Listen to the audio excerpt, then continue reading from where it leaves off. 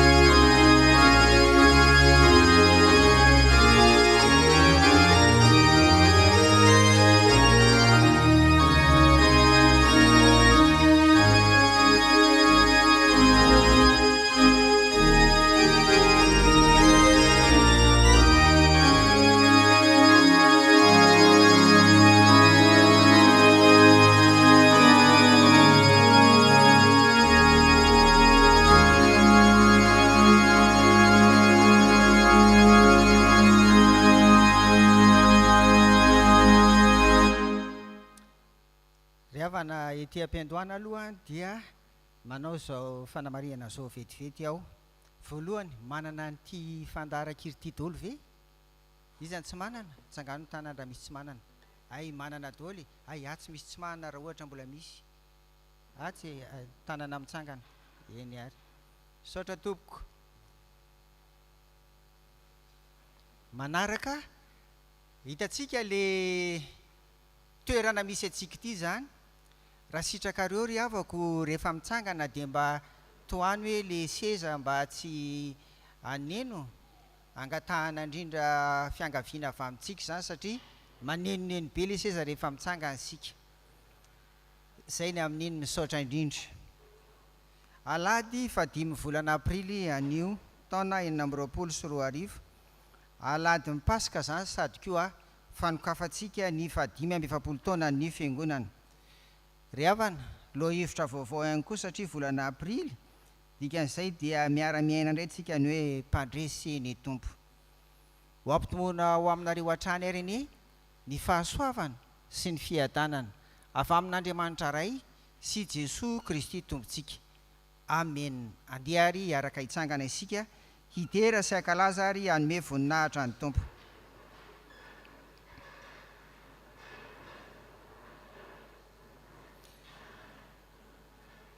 Eo amin'ilay takila fahatelo zany zao tsika.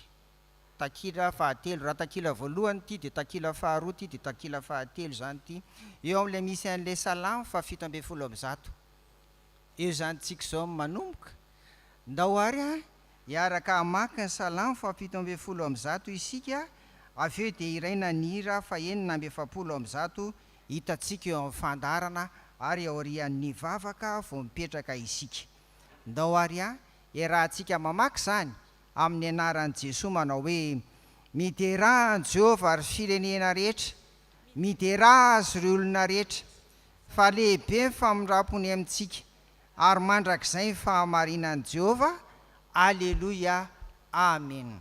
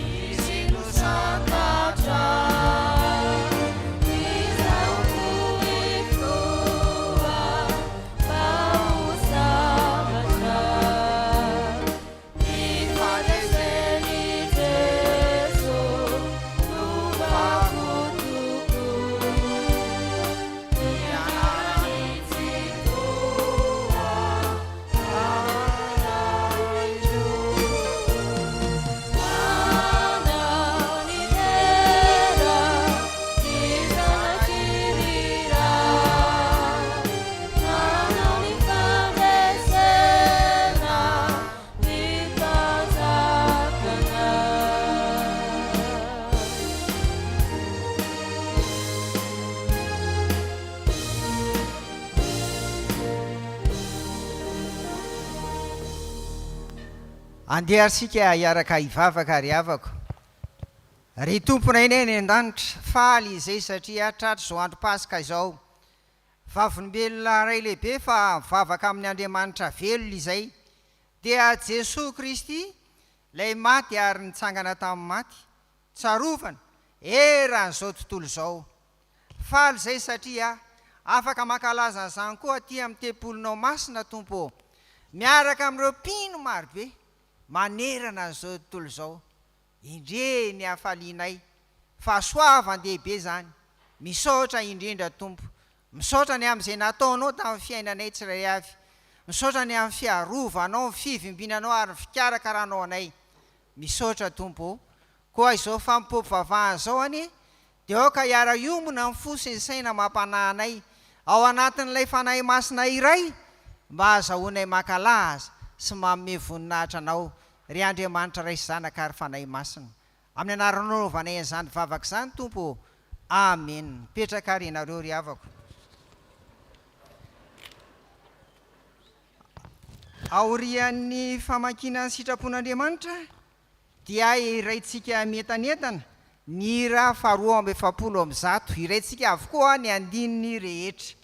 Efa hitantsika amin'ny fandaranao fa ny Romanina 9:1 misy ny sitrapon'Andriamanitra zay saintsaintsika amin'izao Paska izao. Vakina amin'ny anaran'i Jesoa. Fa fantantsika fa nytoetsika taloha dia niaraka nombona taminy animbana ny tena ny ota mba tsy hanompotsika ny ota intsony. Amen. Sambatra amin'ny mahitsy lalana izay mandeha araka ny lalàn'i Jehovah, sambatra izay mitandrina ny teny vavolombelony ka mitady azy amin'ny fo rehetra. Amen.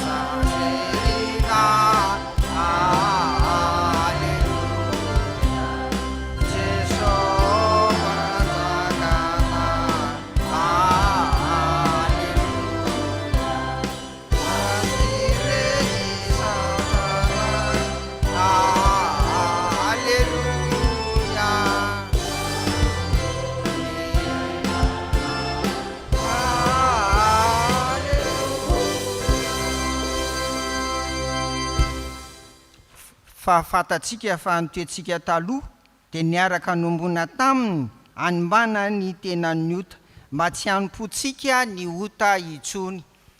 Aorian'ny vavaka fifonana rehefa nandre izany sitrapon'Andriamanitra izany sika dia iraintsika ny hira 300 hivavaka ary sika. Amin'izao andro Paska velona Jesoa izao dia tianao zahay maty ny amin'ny ota mba tsy hanomponay ny ota intsony. Tompo, indraindray ary matetika dia malemy ny nofinay, tsy mahajoro. Indraindray dia voafandrika, voafitaka ilay ratsy ka manota Tompo. Na amin'ny teny na amin'ny fihetsika, na amin'ny fisaina na amin'ny fihevitra, amin'ny fifandraisanay aminao, ary indrindra amin'ny fifandraisanay amin'ny hafa izay akaiky anay. Tompo, indreto ary izay miondrika eo anatrehanao, mangataka aminao, mamindrafo aminay. Tompo, maro ireo otanay, aterinay eo ampototry ny hazo fijalianao izany, koa mamela re, mamela Tompo, mamela anay, ny ranao latsaka teo amin'ny azo fijaliana ary Jesosy Kristy no kary anadio fo saina mampanahinay ary andevona koa ny otanay amin'ny anaran'i Jesosy. Amen.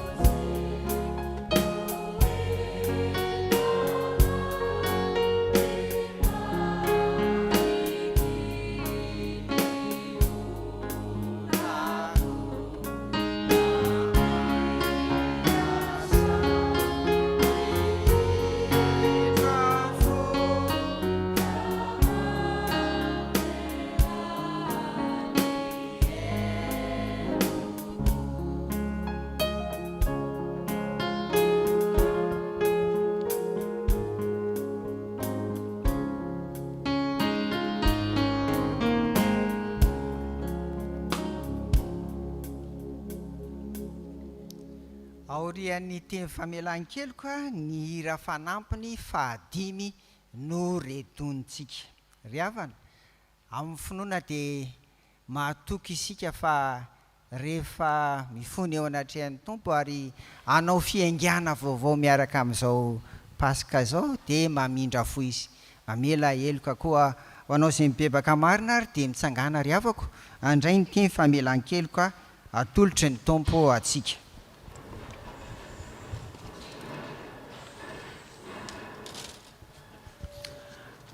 Hoy ny Tompo fa raha fonombola fahavalo azy isika no nampihavanana tamin'Andriamanitra tamina fahatesan'ny zanany, maika ny amonjenantsika amin'ny fahavelomany ankehitriny rehefa nampihavanana. Ary tsy izany ihany koa fa mifaly amin'Andriamanitra isika amin'ny alalan'i Jesosy Kristy Tompontsika, izay nahazahoantsika fihavanana ankehitriny. Amen. Voavela ny helokareo ary noho ny anaran'ny masina dia raon'ny Tompo. Sambatra ny olona izay voavela ny elony sy voasarona amin'ny fahotany.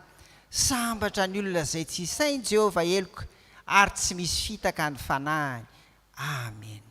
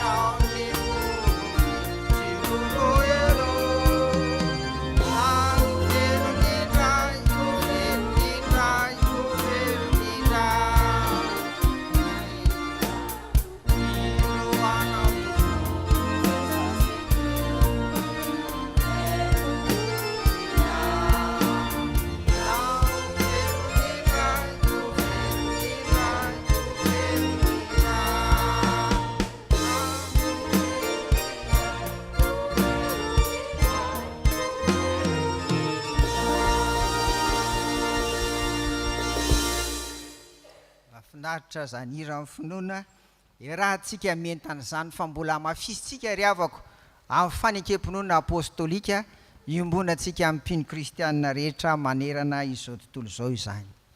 Mino an'Andriamanitra raitsi-to mpanao ny lanitra sy ny tany ao, ary mino an' Jesosy Kristy zanan'ilay tokana tompontsika izay nitorotoronina tamin'ny fanahy masina, nateraky Maria Virjiny, nijaly raha nanapaka Ponto Pilato, nombona tamin'ny hazo fijaliana, matika nalevina, nidina tany amin'ny fiainatsita, nitsangana tamin'ny maty tamin'ny andro fahatelo, niakatra ho any an-danitra, mipetraka eo ankavanan'Andriamanitra raitsi-to, avy any ny eviny tsara ny velona sy ny maty.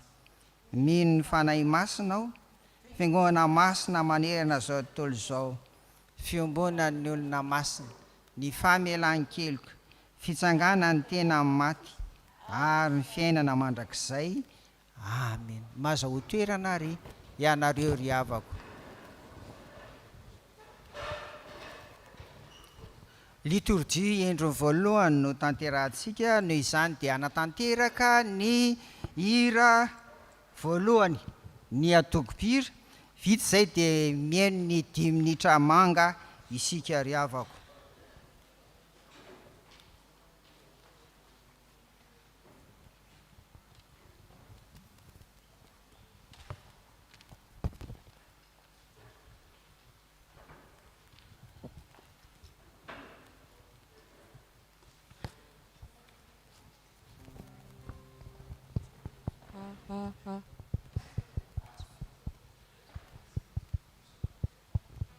Isso. Isso.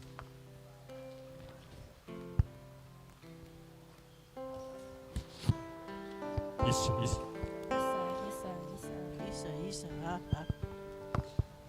Isso.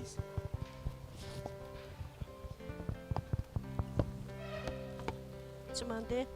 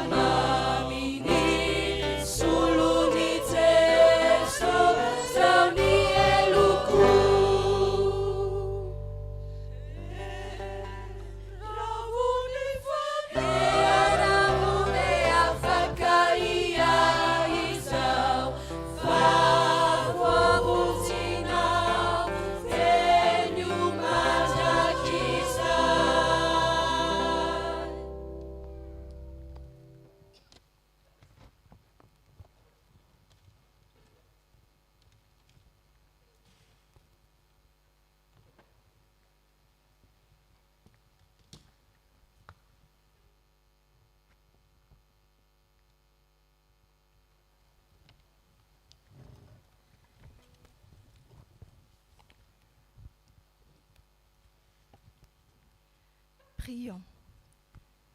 Seigneur Jésus, nous te remettons ce moment entre tes mains. Ouvre nos cœurs, parle à nos vies et que ta parole touche chacun de nous en profondeur. Que ton esprit nous guide et nous éclaire. Amen. Frères et sœurs en Jésus-Christ, en ce temps de Pâques, le Seigneur nous rappelle une vérité simple mais profonde. Tant que nous sommes en vie, il n'est pas trop tard pour revenir à lui, changer de direction et recevoir une nouvelle vie. C'est pourquoi la parole de Dieu nous dit dans 2 Corinthiens, chapitre 5, verset 17, au nom de Jésus, « Si quelqu'un est en Christ, il est une nouvelle créature. Les choses anciennes sont passées, voici, toutes choses sont devenues nouvelles. » Écoutez l'histoire de Coude. Un homme ordinaire, simple comme chacun de nous, mais à cette période de sa vie, il traversait une période très difficile car tout allait mal. Les problèmes d'argent s'accumulaient. À la maison, il n'y avait plus vraiment de paix. Son cœur était fatigué, son esprit était rempli d'inquiétude. Et la nuit, il ne dormait presque plus avec ce stress lourd à porter.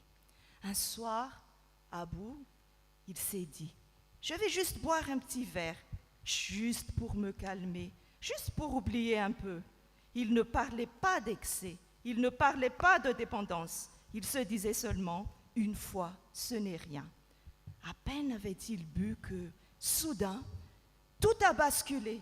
Sa tête s'est mise à tourner et il eut un AVC tombé par terre. Puis, dans ce qui lui semblait plus vrai que la réalité, il s'est vu mort. Il se retrouvait alors dans un lieu sombre, rempli d'angoisse et de regrets. À cet instant, il a compris une chose terrible. Ce qu'il croyait petit, léger, sans conséquence, pouvait être le début d'un chemin de destruction.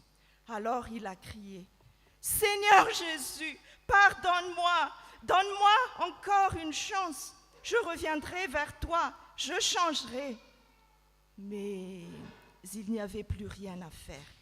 Comme dans l'histoire du riche et de Lazare, il y avait un abîme impossible à franchir. Il sombrait alors dans un désespoir terrible, celui de vouloir revenir quand il est déjà trop tard. Il vivait exactement ce qu'il a lu dans la Bible autrefois, un lieu de feu éternel, une fournaise ardente, un étang de feu et des vers qui ne meurent point, de ténèbres, de souffrance et de séparation avec Dieu. Puis, soudain, Coude s'est réveillé avec le cœur battant et le cœur couvert de sueur. Et il s'est écrié « Merci Seigneur, ce n'était qu'un rêve !» À cet instant, il s'est mis à genoux et il a compris une chose essentielle. Tant que nous sommes en vie, nous pouvons encore choisir. Le problème, c'est souvent le premier pas que l'on banalise, le choix que l'on fait, le fameux « ce n'est rien, je maîtrise, juste un petit verre ». Mais combien de vies, combien de familles, combien d'enfants ont souffert à cause de ce choix? Beaucoup commencent par un petit verre, mais pour des millions, cela finit en maladie, en dépendance ou à la mort. Rappelons que l'alcool tue 2,6 millions de personnes dans le monde et touche environ 400 millions de personnes avec des troubles différents. Mais la bonne nouvelle ce matin, frères et sœurs, c'est que Pâques nous parle de vie nouvelle. Jésus n'est pas resté dans le tombeau, il est ressuscité. Et s'il est ressuscité, cela veut dire qu'aucune habitude, aucune chaîne, aucune faiblesse, aucune pression des autres n'est plus forte que sa puissance. Il peut relever celui qui tombe, arrêter celui qui glisse, redonner un nouveau cœur. Ce message n'est pas là pour condamner, il est là pour réveiller. Il est là pour nous rappeler qu'on ne joue pas avec ce qui détruit doucement. Et il est là aussi pour dire à chacun, si tu es encore en vie, alors Dieu t'offre encore une occasion de choisir la vie, de revenir à lui et de recommencer autrement. Pas demain, pas plus tard, pas quand tout ira mieux, mais ici et maintenant. La Bible dit dans 2 Corinthiens, chapitre 6, verset 2, « Voici maintenant le temps favorable, voici maintenant le jour du salut. » Alors ce matin, n'attends pas que la douleur t'oblige à changer. N'attends pas que le regret parle à la place de ta conscience. Si quelque chose t'éloigne doucement de Dieu, laisse-le aujourd'hui. Si quelque chose trouble ta paix, dépose-le aujourd'hui. Si tu as besoin d'un nouveau départ, reçois Jésus aujourd'hui. Parce qu'en Christ, il y a encore la vie, la paix, le relèvement et un nouveau départ. Car si quelqu'un est en Christ, il est une nouvelle créature. Les choses anciennes sont passées. Voici, toutes choses sont devenues nouvelles. À Dieu seul soit la gloire. Prions. Seigneur Jésus, merci pour ta parole et pour l'espérance du nouveau départ en toi. Donne-nous la force de choisir la vie, la paix et ton chemin chaque jour. Amen.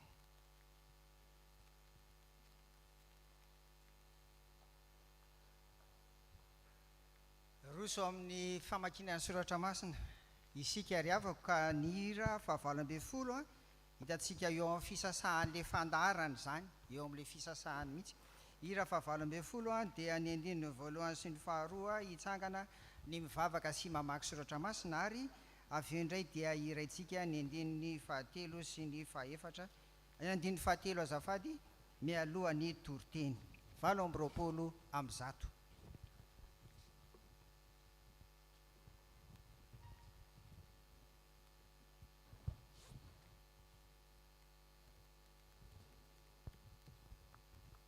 128 andininy voalohany sy faharoa azafady fahadiso kely aho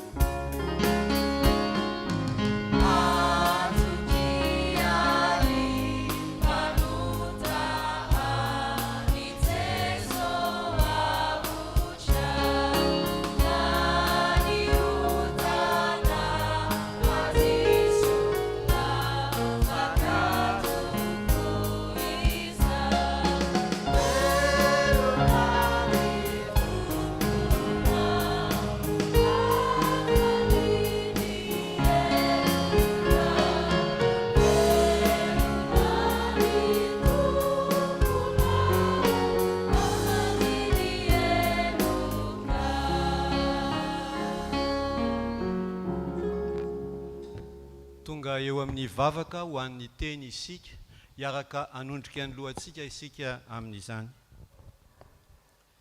Ry Andriamanitra tompo-pahary anay, midera miopy mankalaza ny anaranao izahay fa Andriamanitra tsara, masina sy mendrika ny hoderaina ianao. Misaotra anao izahay fa mbola tonga eto mahatsiaro ny andro nandresen'i Jesosy ny fahafatesana, ny tsanganany tamin'ny maty. Maneho izany fa tanteraka ny teninao sy ny fahamarinan'ny teninao izay voalazan'ny mpaminany sy ny asan'i Jesosy, ary maneho koa izany fa velona sy mahery ny teninao. Iaino izany teny izany izay izao. Koa arotsay amin'ny mpanomponao izay hamaky ny teny sy tory ny teninao ny fanahy masina, ampahazava aminay ny hafatra izay tianao ambara aminay izao anio izao. Mitarihinay amin'ny fanahy masina handray ny teny izay voakina sy ho toriana, ampitombo ny finoanay sy ahalalanay anao bebe kokoa hatrany. Mitenena Tompo fa miaino izay vahoakanao amin'ny anaran'i Jesosy. Amen.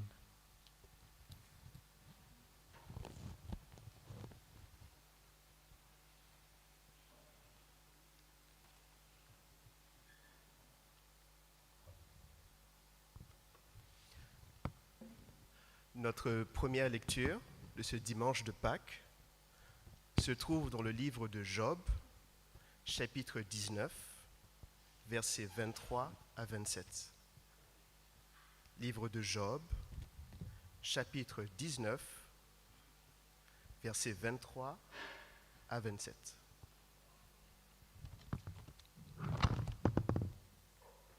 Job 19, 23 à 27. Nous lisons au nom de Jésus.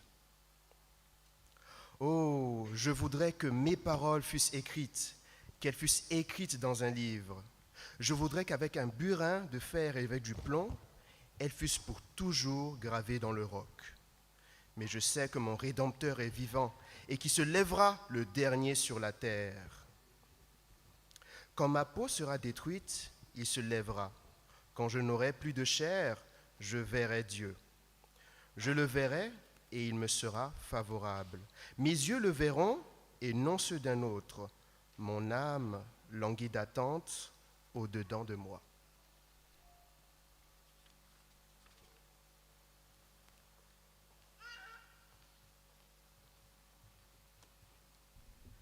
Hotoizantsika ny vaky teny ao amin'ny Lioka toko 420 ny andininy voalohany ka hatramin'ny 12. Fa noho ny maraina koa tamin'ny andro voalohany amin'ny herinandro dia makany amin'ny fasana izy nitondra azy zava-manitra izay namboariny. Ary hitany fa indro ny vato efa voakidia niala tamin'ny fasana, dia niditra izy nefa tsy nahita ny fatin'i Jesosy Tompo. Ary raha mbola verevitra tamin'izany izy indreo nisy roalahy niseho tamin'ny ny tafy fitafiana manelatrelatra. Ary natahotra izy ka niankohaka, dia hoy izy roalahy taminy, nahoana no ataony maty no hitadiavanareo ny velona? Tsy ato izy, efa nitsangana. Tsarovo ny teny izay nataony taminareo fony izy mbola tany a Galili hoe, ny zanak'olona tsy maintsy atolotra eo an-tanan'ny mpanota ka ombohana amin'ny hazo fijaliana ary hitsangana amin'ny andro fahatelo. Dia niatsiaro ny teniny izy ary niverina niala tamin'ny fasana izy, dia nilaza izany rehetra izany tamin'ny 12 lahy sy ny namany rehetra. Teo Maria Magdalene sy Joany ary Maria reny Jakoba. Ary ny vehivavy sasany izay naman'ireo koa dia nilaza izany tamin'ny apôstôly. Nefa ny nataony ho arirarira foana izany teny izany ka tsy ninony. Fa Petera nitsangana dia niazakazaka niakany amin'ny fasana, ary niondrika izy ka nahita ny lambapaty nipetraka amin'ny tokony, dia lasa nody izy sady gaga noho ny zavatra izay tonga teo.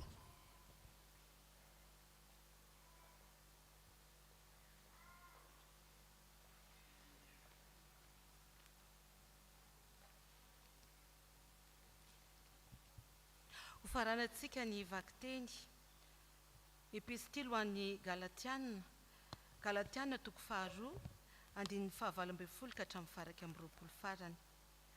Galatiana toko 2 andininy 19 ka hatramin'ny faraka amin'ny 20 farany. Amin'ny anaran'i Jesosy, fa raha ny zavatra efa noravako no atsangako indray dia mampiseho ny tenako fa hadiso aho.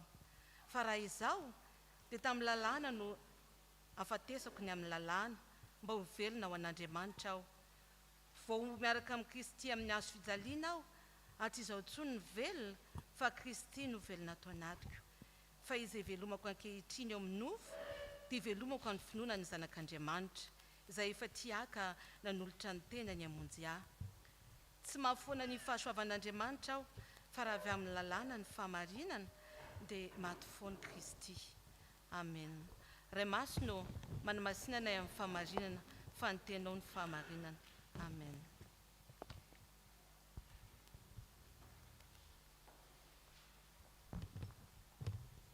Tsangana ary sika ry afako mihira ny hira fahavalo amby roapolo amby zato teo a ny andininy fahatelo mialohan'ny toriteny.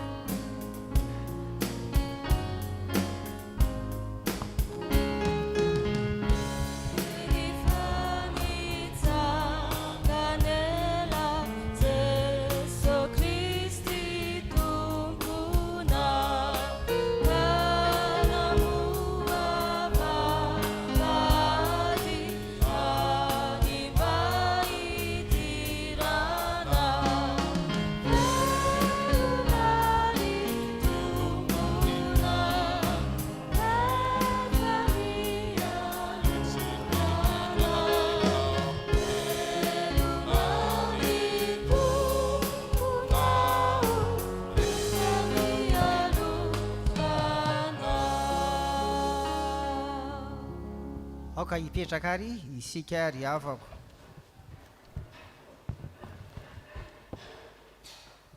Aorian'ny toriteny a dia mangina mandritra ny minitra vitsy isika. Ao anatin'izany no hitondrantsika ny tenantsika tsirairay avy. Eo anatrehan'ny tompo fanginana fo zany rehefa vita ny toriteny. Miavaka ny andron'io ry havana satria sady Paska no fotoam-pankalazana ny tompo noho ny fahadimy amby efapolo taona ny siny ny fiangonana dia ny fiangonana kristianina malagasy eto Abidjan izany. Dia fampiarahaba-ny amin'izany tsika rehefa avy eo moa mbola isy ny ahafahantsika manantanteraka an'izany fa dia efa marina sady fa fifaliana lehibe ho an'ny tompo ary fifaliana lehibe ho antsika koa satria izaho ianao isika zao no ankalaza zany eto amin'ity tanàna sy vohitra ity. Ny komity ary dia nisafidy ny loha hevitra Galatianina toko 2:2 mino aho fa efa haitsika rehetra zany ndao rahantsika manonona amin'ny anaran'i Jesoa fa Kristy no velona ato anatiko. Nde aventsika mafy be fa saotra indrindra iainantsika zany mandritra an'izao 5 taona izao indray ary ny fanahy masina mihitsy namiantsika an'izany. Noho izany ry havako dia andeha isika hifatoka amin'ity Galatianina, ty epistily nosoratan'i Paoly an'ny Galatianina ty. Ao tsika zany no anovo an'izany hoe ahoana zany Kristy no velona ato anatiko io izany. Ary indrindra Paska izao tsarotsika araka ny soratra masina zay vakiana teo Luka toko 7:20 andininy voalohany ka hatramin'ny 12 ny nitsangana an'i Jesoa tamin'ny maty araka ny fitantarany Lukas. Noho izany dia miara-mientana isika ary indrindra miara-mitsangana koa zany amin'izany Jesoa nitsangana tamin'ny maty zany. Ho fitarihan-teny ary dia zao aloha ny epistily nosoratan'i Paoly ho an'ny Galatianina ry havako dia miresaka zany tena miaro mihitsy ny apôstôly Paoly ato amin'ity Galatianina ity hoe zao tsy hamarinina amin'ny asa ary indrindra amin'ny asan'ny lalàna ny olona. Le lalàna io zany dia tsy inona akory fa ny Torah. Satria nahoana nizara roa ny kristianina tao tsy atao hoe zara roa fa nisako lafiny roa ny kristianina tao Galatia. Dia nisy ireo jiosy izay tonga kristianina, izy ireo dia manenjana fa akoatran'ny batisa dia mila atao famorana koa ny lehilahy rehetra tahaka ny lalàna jiosy zany. Ary misy ireo zay araka an'izany hoe tsy jiosy dia nikilasiana hoe gentlis.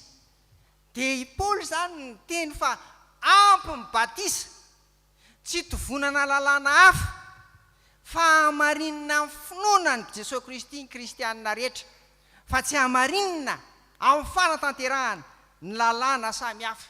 Efa iainana izany lalàna izany rehefa tonga kristianina, efa tsy hangalatra, efa tsy hamono olona, efa tsy hanao ny tahaka izao sy ny tahaka izao zany.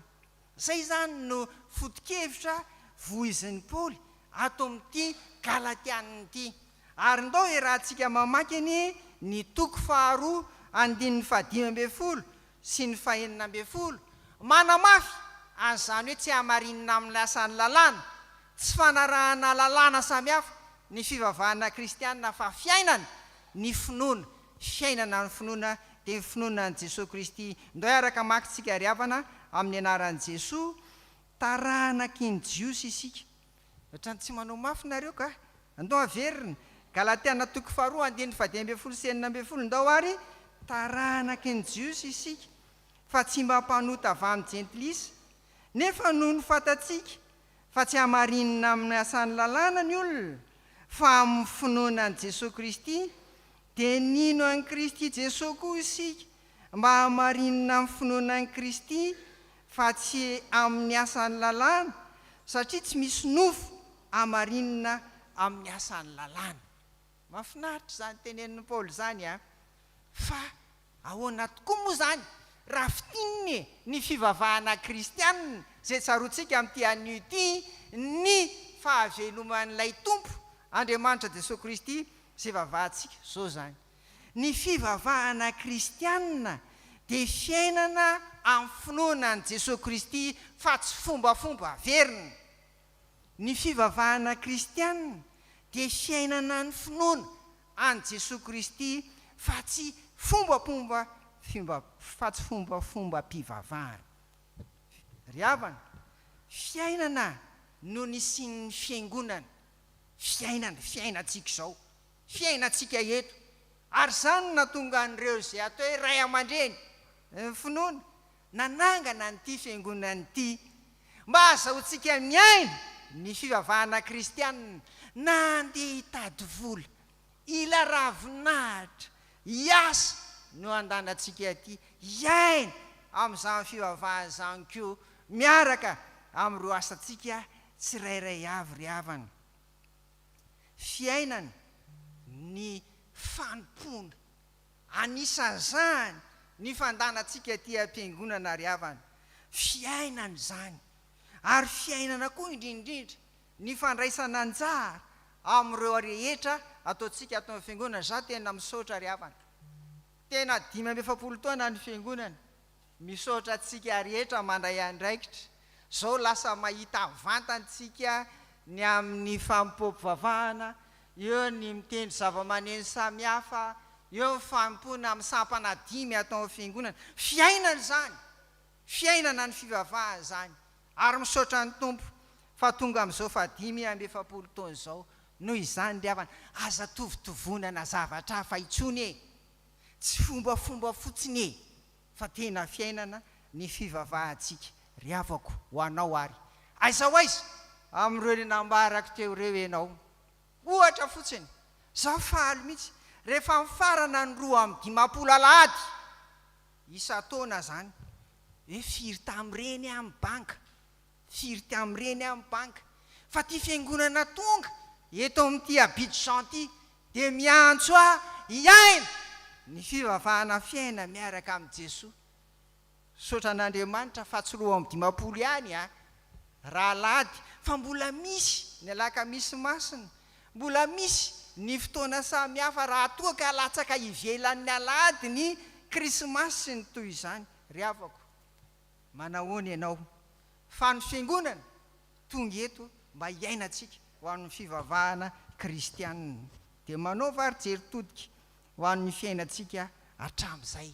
Fa ny pasika tahaka izao koa dia fitsanganana ho ao. Ary tao anatin'izany tsika tamin'ny vavaka fifonana teo, hitsangana sika anao voady sy fikasana vaovao indray. Eny ary hozaraiko roa ny toriteny ry havana, fa izy zany sady fampidirana nefa misy fampiarina sady hoe tsy ala atao amin'ny galatiantsika amin'izany hoe Kristy no velona atao anatiko izany. Zaraiko roa ihany nitoriteny ao teny voalohany zany mba tsara jerentsika koa hoe ahoana za maty ao amin'ny Kristy izany raha zay na rehefa hoe Kristy tsy maty ao amin'ny Kristy azafady fa Kristy maty ao anaty. Zay zany ny ray Kristy no maty ao anaty. Ary le ray faharoa zany dia Kristy no inona? Mafy hoe velona ao anaty. Zay mihitsy zany. Ndao ary eto zany dia misy kilalao teny maty na velona. Azo atao hoe maty sy velona. Mety misy koa ve zany tsy maninona daholo fa dia raisitsika voalohany aloha hoe Kristy no maty ao anaty. Miteny amin'ny efampino iaho jiosy kristianina na jentilisa tsy jiosy tonga kristianina ny apôstôly Paoly. Ary dia tahaka izany koa tsika ao anatin'izao 5 taona izao miresaka ny amin'ny efa nahalala ny amin'ny Jesosy Kristy sy ny amin'izany fivavahana kristianina izany.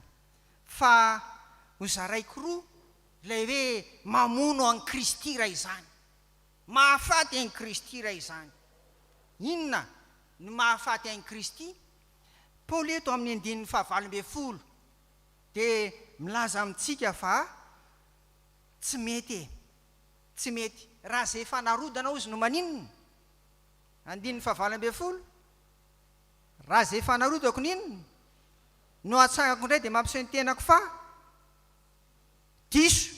efa diso sahady. Zao zany le izy. Rehefa tonga mivavaka sika dia misy fandriana sy fikasana vaovao daholo tao anatintsika tsirairay avy tao. Ary zany fa raha tsy zany dia mamperitreritra le izy. Misy rehefa tonga mivavaka izy dia mety nanomela amin'ny fampotsampiny. Misy rehefa tonga mivavaka izy dia manokana ny aladiny hoe tena tia mba ataoko an'ny tompo.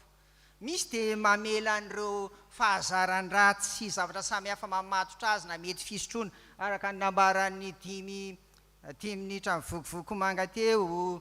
Mba mety nanao fikasana vaovao amin'izay indray hoe hiala sigarana ny toy izany.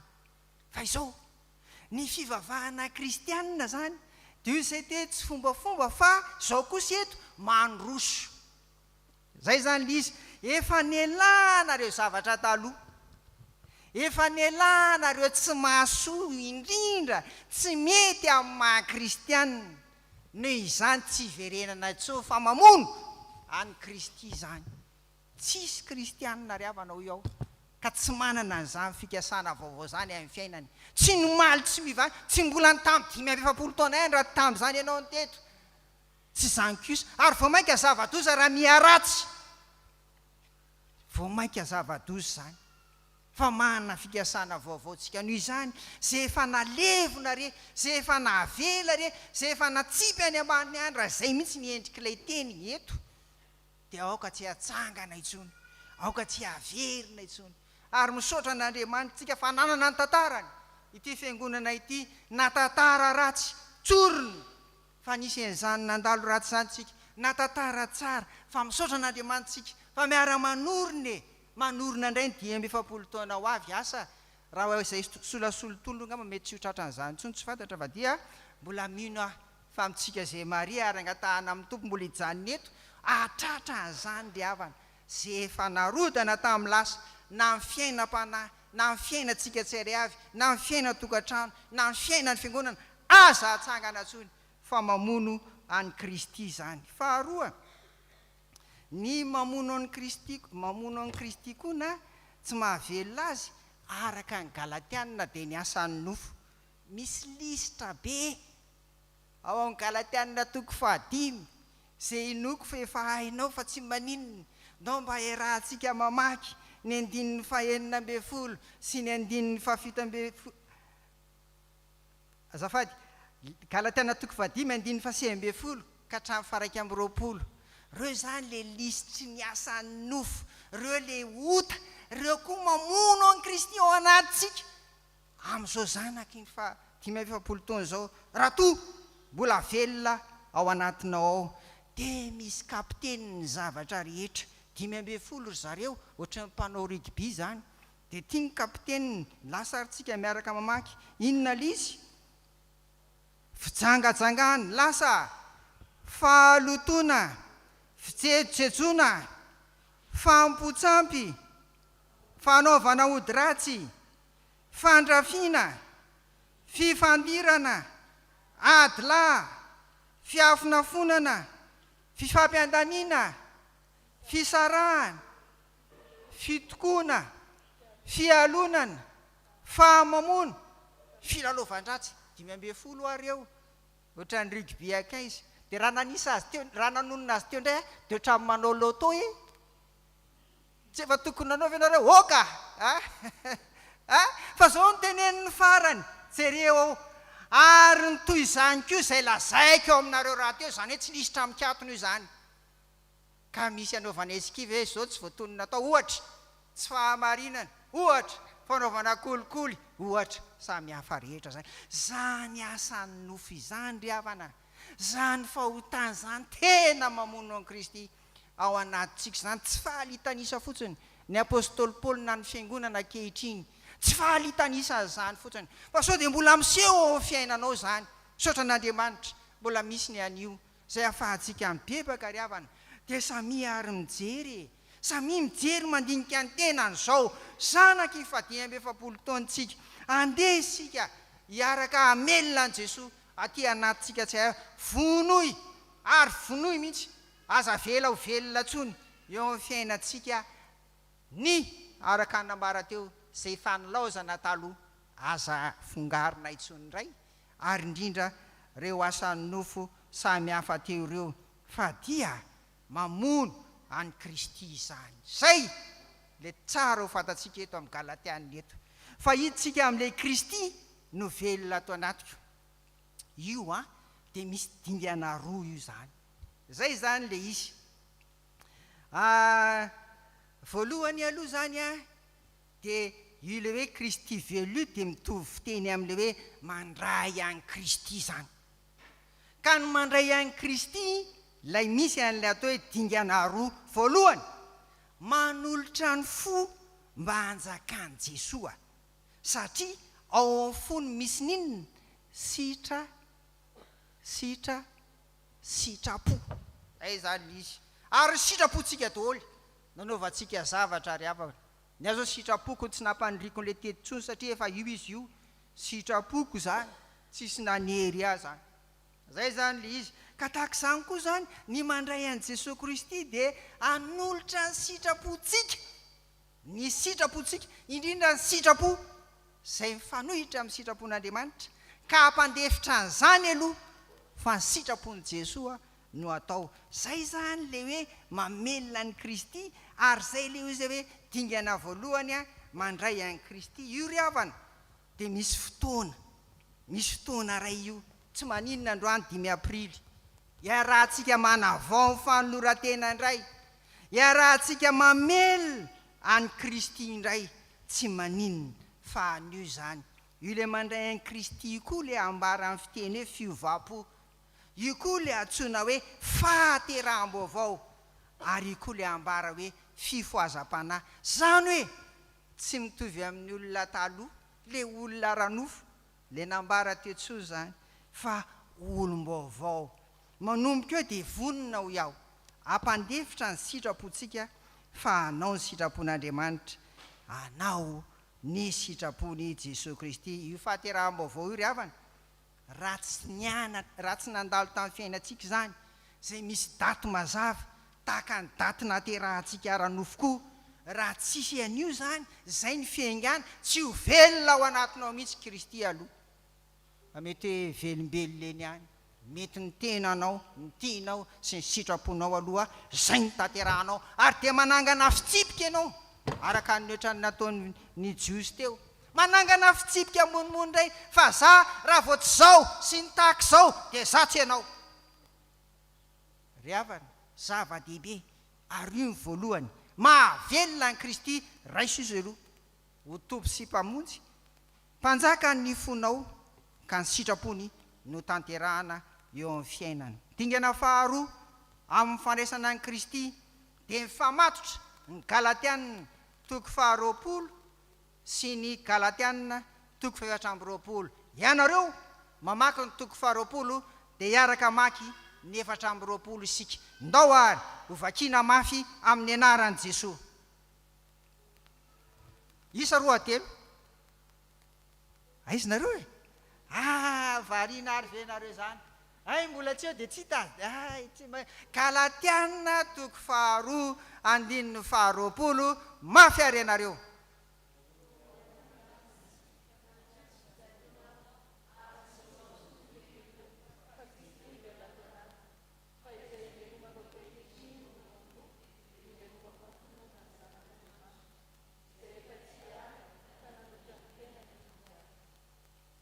Inona nge zany no mahavelona ny Kristy araka an'io aloha?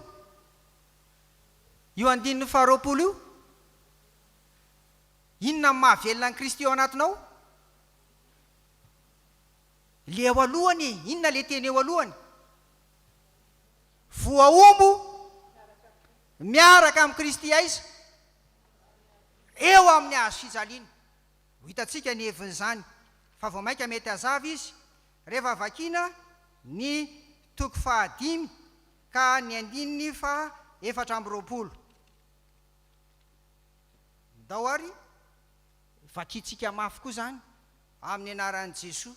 Averina mba ho velony ny Kristy amin'ity faharoa ity dia tsy maintsy voambo amin'ny hazo fijaliana ianao zany.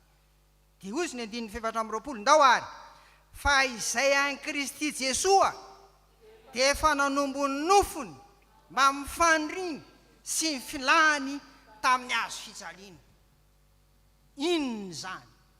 Reo le mahaenao anao rehetra ary finosina ao anatin'izany ny atao hoe fahazaran-dratsy, finosina ao anatin'izany ny fahalemena, finosina ao anatin'izany ny ota samihafa zay mamono any Kristy.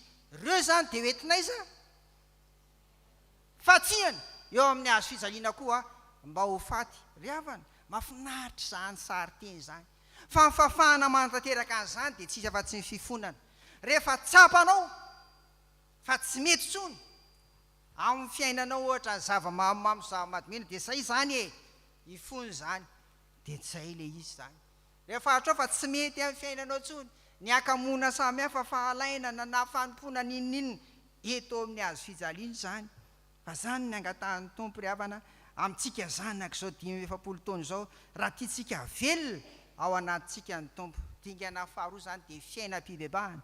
Ary rehefa mibebaka dia zay e, zay le resahana teo am-piandohana teo, le hoe tsy mamorona lalàna hafa sy tsy manangana an'izay efa narodana. Mandroso ny fiainana kristianina dia fiainana mandroso, ary fiainana miaraka amin'ny fahavelomana miaraka amin'ny Jesosy Kristy.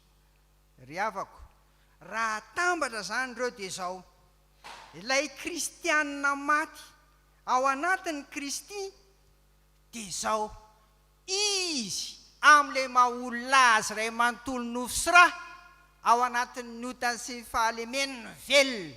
Ary zay no ahitan'ny olona azy, ary zay no ahitan'ny Tompo azy koa.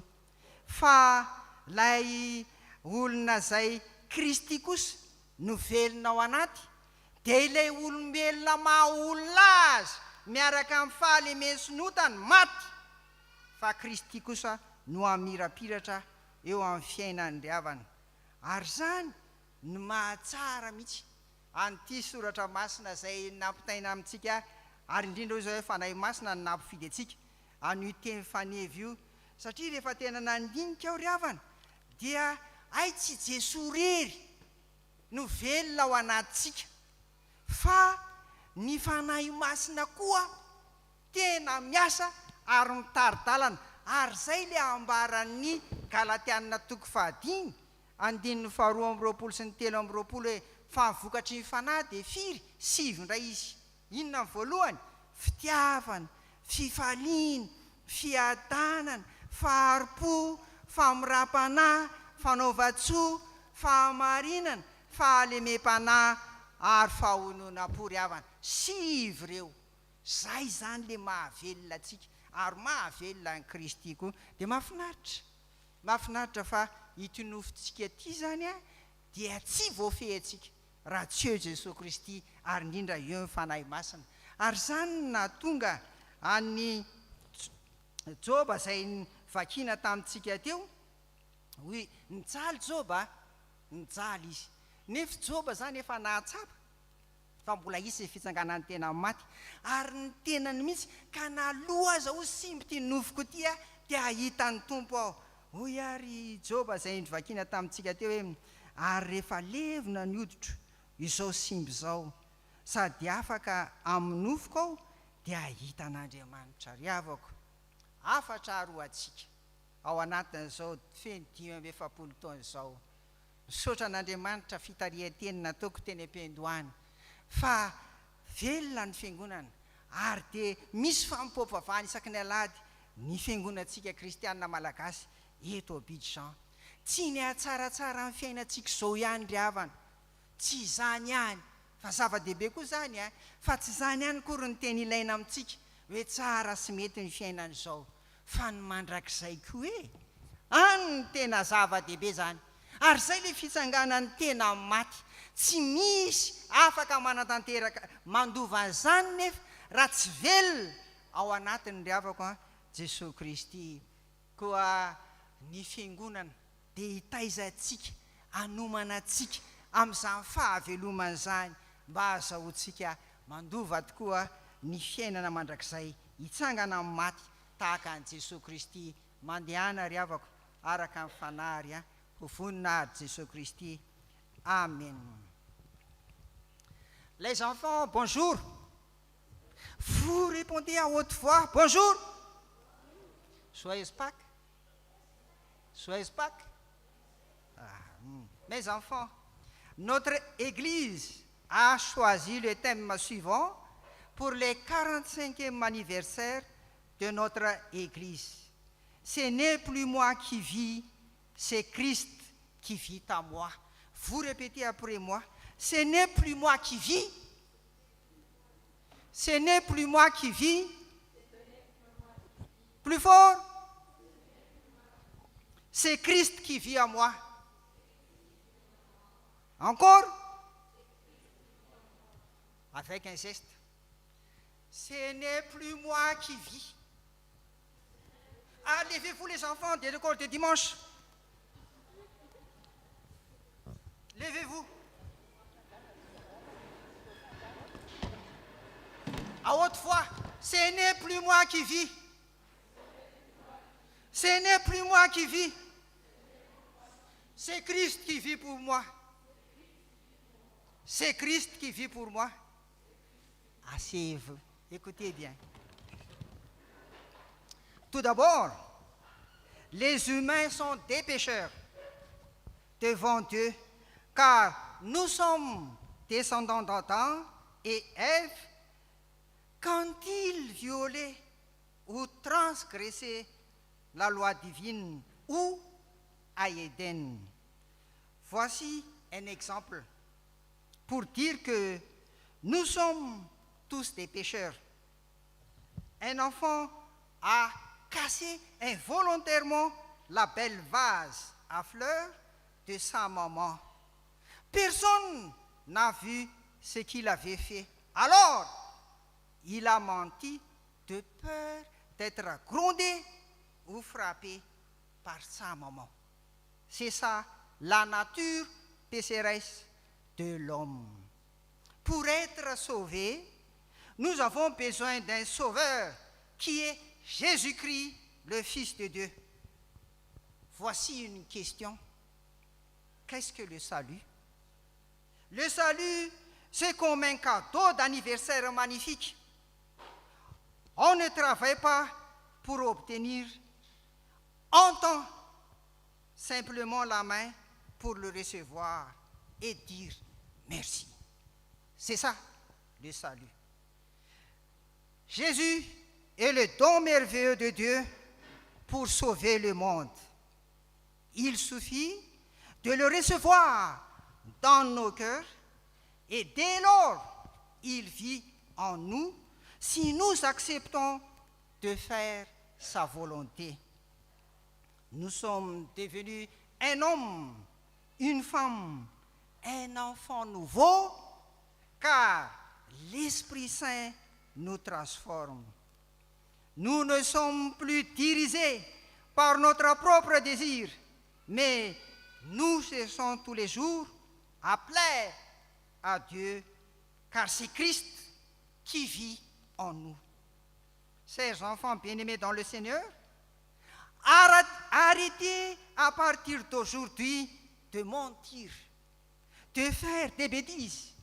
Soyez attentifs aux instructions des parents, soyez obéissants.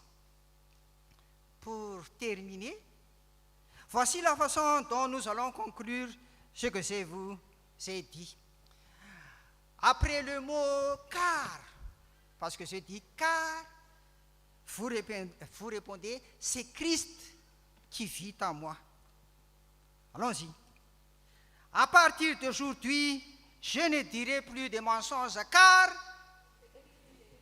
Ok. Dès maintenant, je ne ferai plus de bêtises car... Ok.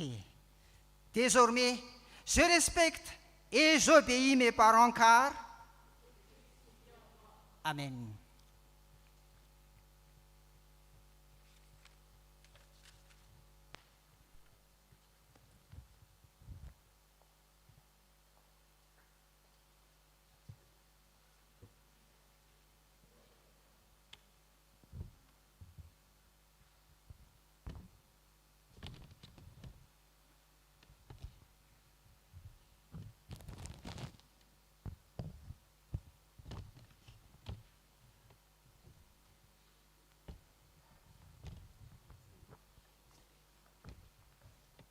Arak'izany dia fianjava-maneno fohy no iomanantsika ry avako amin'ny fandraisana ny fanasan'ny tompo ary irosoan'ny dekona ety aloha hiaraka hitantana aminay ny fandraisana fianjava-maneno fohy ary. Ho antsika rehetra zany rehefa niomana ianao eo anatrehan'ny tompo fa andray an'io dia afaka manatona ry havana satria Jesosy Kristy no manasa antsika. Ndao ary fianjava-maneno fohy no iomanantsika amin'izany.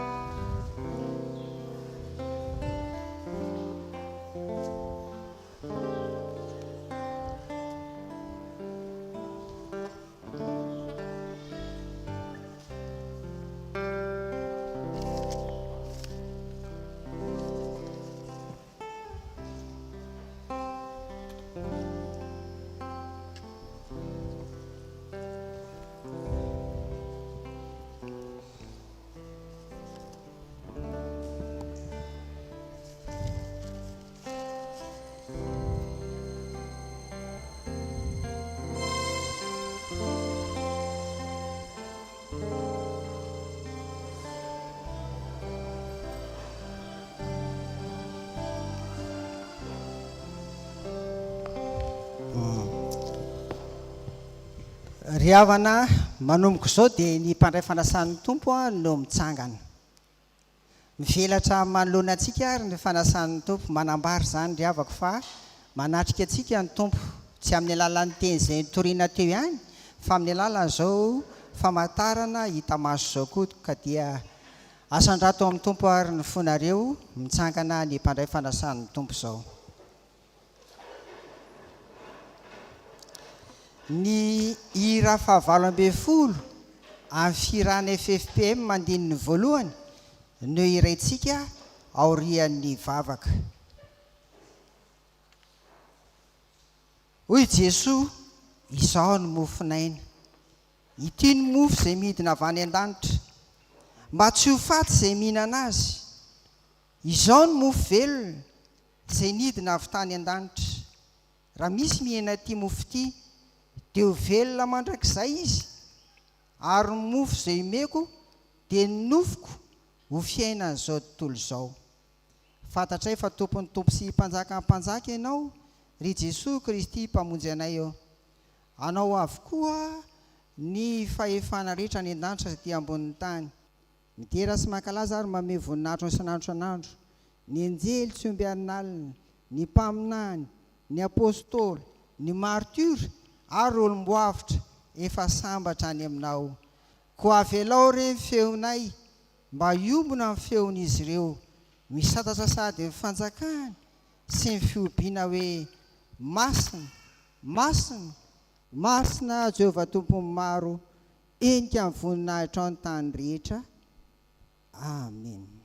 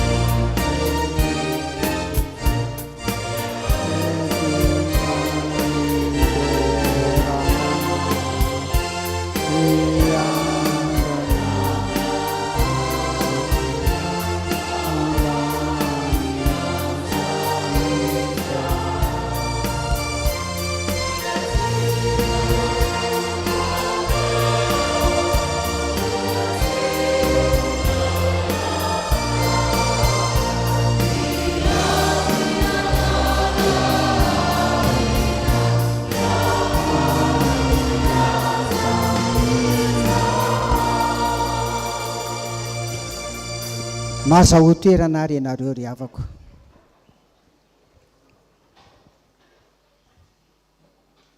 Fa Jesosy tompo tamin'ny aliny izay namadiana azy dia nandray ny mofo ary rehefa nisaotra izy dia nivakiny ka hoy izy raiso hano ity no tenako izay mena ho anareo izao no ataovy fahatsiarovana ahy. Dia araka izany koa ny kapoaka rehefa ninana dia hoy izy misotroa amin'ity ianareo rehetra fa ity no rako dia ny amin'ny fanekena vaovao izay alatsaka ho an'ny rehetra ho famelan-keliko. Izao no ataovy ho fahatsiarovana ahy. Naoviana no misotro ianareo fa naoviana ianareo no mihinana itony mofo itony sy misotro amin'ny kapoaka dia manambara amin'ny fahafatesan'ny tompo ianareo mandra-piaviny. Amen. Mbola manasa amin'ny mpandray hitsangana hivavaka isika. Hivavaka isika. Ry tompo ray any an-danitra indreto izay manao eto anatrehanao ny fahatsiarovana ny fahatongavan'ny zanako ao olona ny fijaliany sy ny fahafatesany ny fitsanganany avy amin'ny toeran'ny maty ary ny fiakarany tambony-nahitra sy ny fifonany mandrakizay ary miandry sy mitalao ny fiverenany izahay ko mba feno voninahitra ao fanaty mpisaoranay tahio tanteraka izao sakramenta masina izao ary ekeo mba ho endrika ilay fanatitra tokana sy tanteraka naterina indray mandeha monja ho anay teo amin'ny hazo fijaliana tamin'ny alalan'i Jesosy Kristy mpamonjy anay. Ry tompo ray any an-danitra aoka hiasa amin'ny fanahinao masina amasino ny mofo mba hanambara ny tenan'i Jesosy Kristy, amasino ny kapoaka mba hanambara ny rahan'i Jesosy Kristy. Hiasa aminay ny fanahinao masina atsiarovanay ho tafaray marina tokoa amin'ny tena sy ny rahan'i Jesosy Kristy tomponay eto ampandraisana amin'ny mofo sy ny kapoaka. Fa amin'ny fanahinao masina noarinao, amelomanao, anamasinanao ary hanomezanao anay ny zavatra rehetra. Mihaino anay ry Andriamanitra tsy toa noho ny fitiavanao sy ny famindraponao amin'ny Kristy. Amen. Petraka ary ianareo ry havana.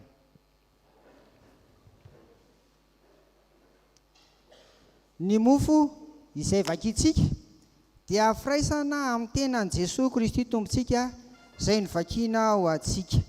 Satria iray ihany ny mofo, isika rehetra na dia maro ary dia samy mandray amin'izany mofo iray izany avokoa.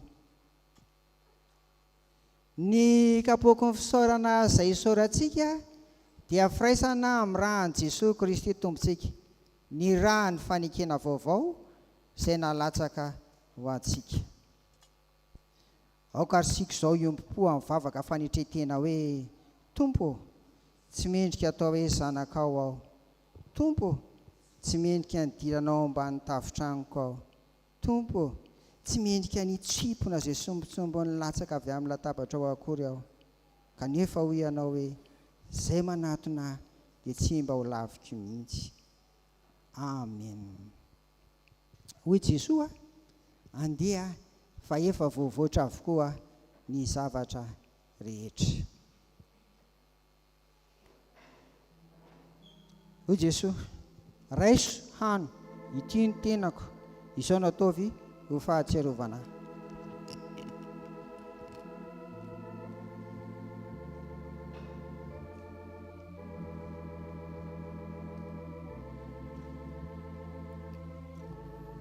Amen.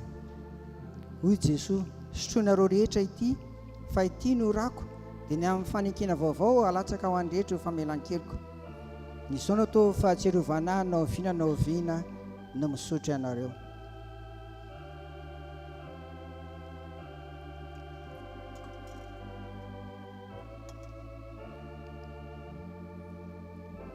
Hoy Jesoa, eto ka zarao amin'ny mpianakavin'ny finoana izao sakramenta masina izao. Amen. Hira faraika amby 700 dia toizantsika amin'ny firana fanampy faefatra amby 30 raha tsy mbola vita ny fandraisantsika ny sakramenta.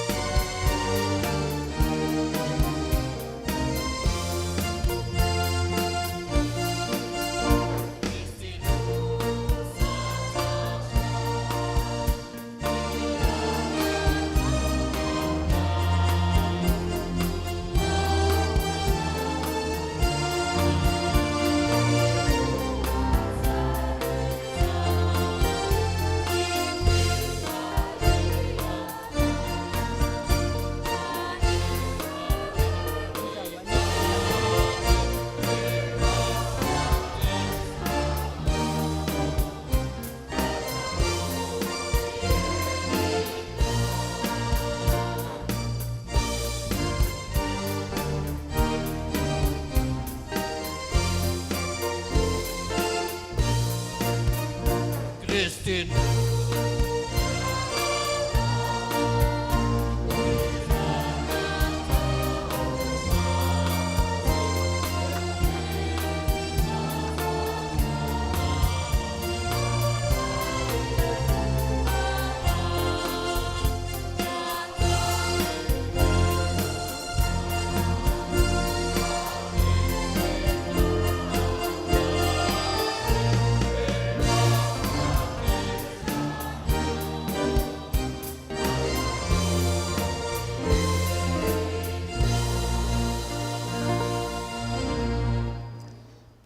F34 hira fanampiny fa 430. La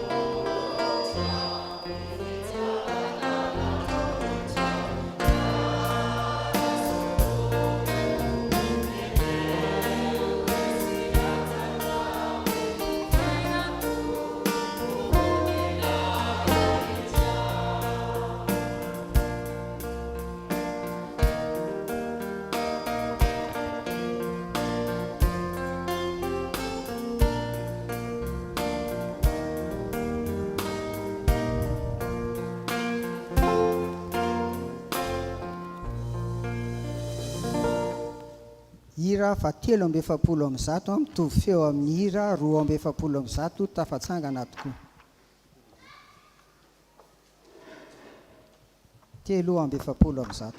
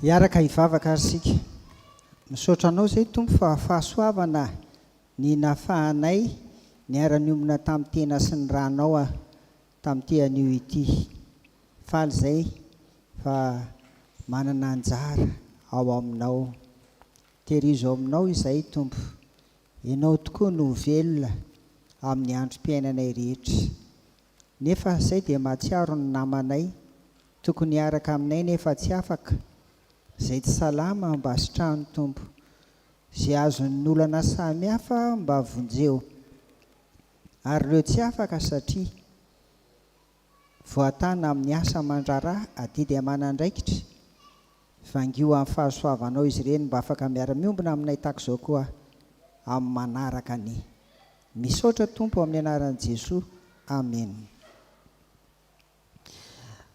Koritianina faharoa toko 5:15 no afatra ho antsika mpandray san'ny tompo amin'izao andro Paska sy 5:70 taona ny fiangonana izao. Vakiana amin'ny anaran'i Jesoa ary maty hamonjy ny olona rehetra izy mba tsy ho velona ho an'ny tenany intsony izay velona fa ho an'izay efa maty sy nitsangana hamonjy azy. Amen. Hira ny atokopira, vita ny hira ny atokopira dia milaza ny raharahany fiangonana isika dia efa mindroso mankany amin'ny famaranana ny fotoana rehefa vita ny fanamariana ny fanombohan'ny 570 taona ny fiangonana. Mitsangana ary izao ny atokopira.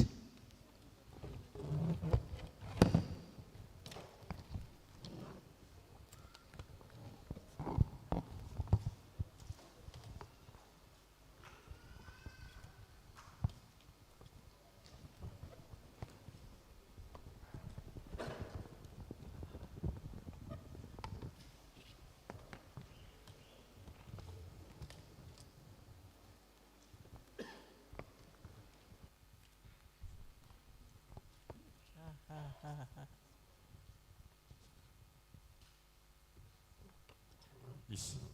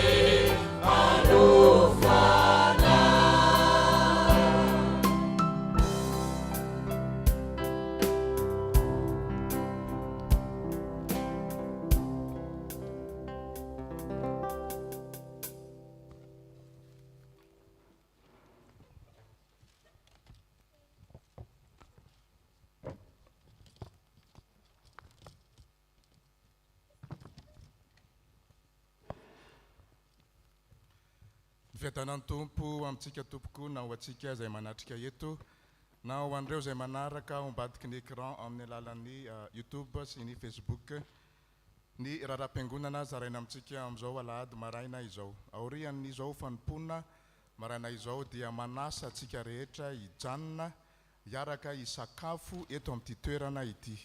Na dia tsy niomana ho amin'izany ary ianao, na dia tsy nitondra couvert sy ny sisa dia azonao atao ny mijanona fa aitsika foana ny mifandamina mahakasika an'izany ary dia sitraka tokoa raha hiaraka hisakafo eto isika kendrena ho any amin'ny 4 ora tolakandro any isika no mirava. Ireo vavaony sampana sy ny asa avy amin'ny sampana sekoly Alahady miverina mianatra ny sekoly Alahady amin'ny Alahady fa 12 ny volana Aprily amin'ny herin'ny anio zany amin'ny 3 ora tolakandro eny plateau. Avy amin'ny sampana Antokopira, Birao ny sampana Antokopira dia navita soamantsara ny fivorian'ny Birao no tanterahina ny 3 Aprily lasa teo. Ankoatran'izany dia asaina ny mpikambana rehetra ao amin'ny Antokopira ho tonga amin'ny fivoriana sy famerenan-kira ny sabotsy ho avy zao fa 12 ny volana Aprily amin'ny 10 ora sasany ariva. Ny toerana dia ampitaina amin'ny mpikambana ihany amin'ny vondrana WhatsApp mandritra ny herinandro. Avy amin'ny sampana vehivavy asaina toy izany koa ny sampana vehivavy ho tonga ny fivoriana ho tanterahina amin'ny sabotsy ho avy zao 12 Aprily amin'ny 3 ora sasany tolakandro. Ny toerana ihany koa dia ho ampitaina amin'ny mpikambana amin'ny vondrona WhatsApp.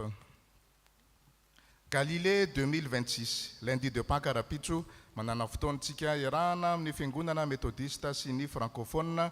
Ny toerana dia eny plateau, eo atokotany ny fiangonana eny plateau zany, manomboka amin'ny 7 ora maraina ka hatramin'ny 4 ora ariva. Anasana antsika rehetra ihany koa ary izay rehetra ho avy amin'izany dia entanina mba hanao fanamiana malagasy, misikina lambahoan'ny vehivavy, manao satroka ny lehilahy miaraka amin'ireny fitafy malagasy mahazatra antsika ireny. Loka anankiroa no afaka hoentintsika ao anatin'izany, na ianao mitondra henan-kisoa sy akoho na mitondra henan-kisoa sy ravitoto miaraka amin'ny lasary malagasy. Izany moa dia ifampizarana amin'ireo rehetra izay tonga eny toerana amin'io Rapitso. Tsy voatery ny sakafo hoentintsika ihany no hoantsika fa azontsika atao ihany koa ny manantona ny standin'ireo fiangonana hafa. Tiako tenenina zany hoe ny église méthodiste sy ny francophone mandritra ny fiaraha-misakafo. Efa misy ihany ny fandaminana nataon'ny diakona sy ny mpiara-miasa mahakasika an'izany koa dia ahitana isika isoratra anarana ihany koa mba ho fandaminana. Mahakasika ny anniversaire dia atambatritsika ny herinandro anankiroa satria dia tsy tafiaraka isika tamin'ny Alahady lasa teo. Fa 7 ny volana Martsa Joël Amdan, fa 5 ny volana Martsa Rakotomalala Faniry, fa 4 ny volana Martsa Ajavola Rakotondrazaka sy Rakotomanana Njara Joy, fa 8 ny volana Martsa Rakotoarso Toklalaina, fa 2 ny volana Aprily Irintso Andrerniaina, fa 2 ny volana Aprily Nathalie Rija Rakotson, fa 3 ny volana Aprily Patricia Rajao Narfetra. Ny isatsika tamin'ny alakamisy masina 3 Aprily lasa teo dia 7 ny mpandray fanasan'ny tompo 7 ny rakitra dia natratra 156 500 francs CFA.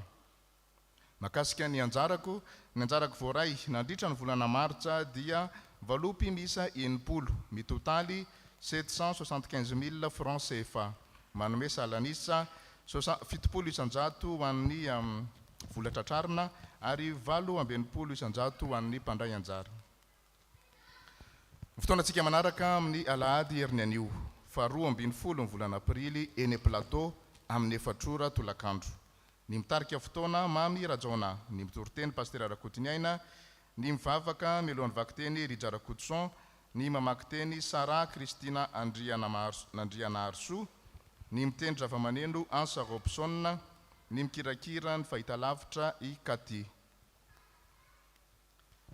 Ireo dekona tompon'anjara mandritra ity volana Aprily ity dia Andriamato sy Ramato Isany, Njato, Lolona, Rivo, Patricia ary Mahery.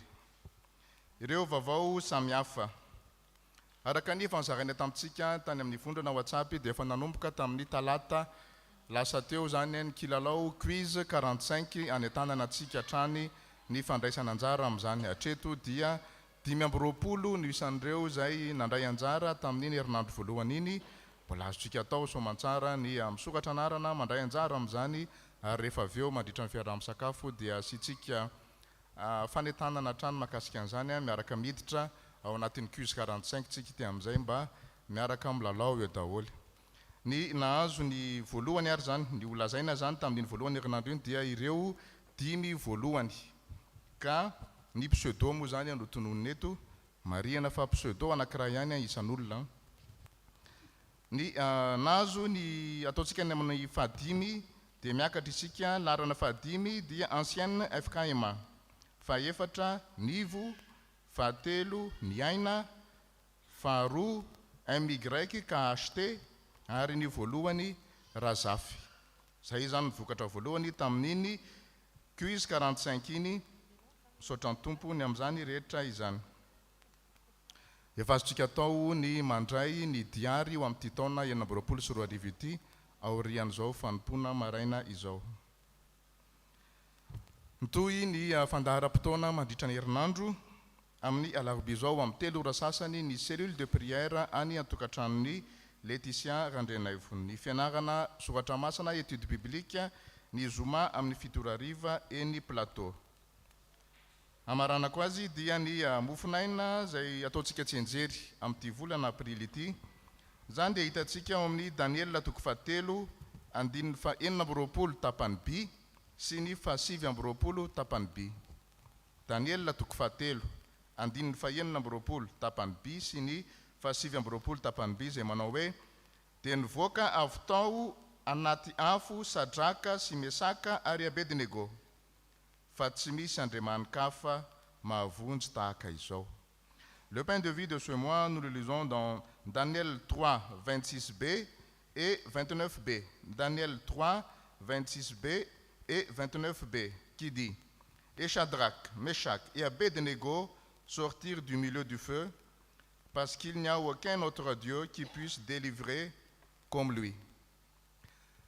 Evirna kufa alad ni FKMA ni ko dia rakitra ety aloha no tanterahintsika dia koa na tompony anjara mpiara-miasa dia hitarika antsika amin'izany. Mitohy ny fanampom-pivavahana tompoka.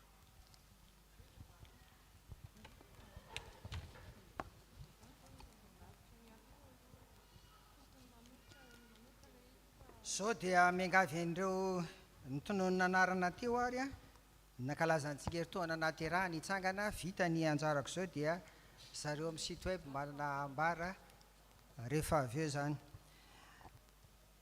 Iza daholo tsika ny tonga ao le nakalazantsika eritoana hoentina mambavaka tompoko.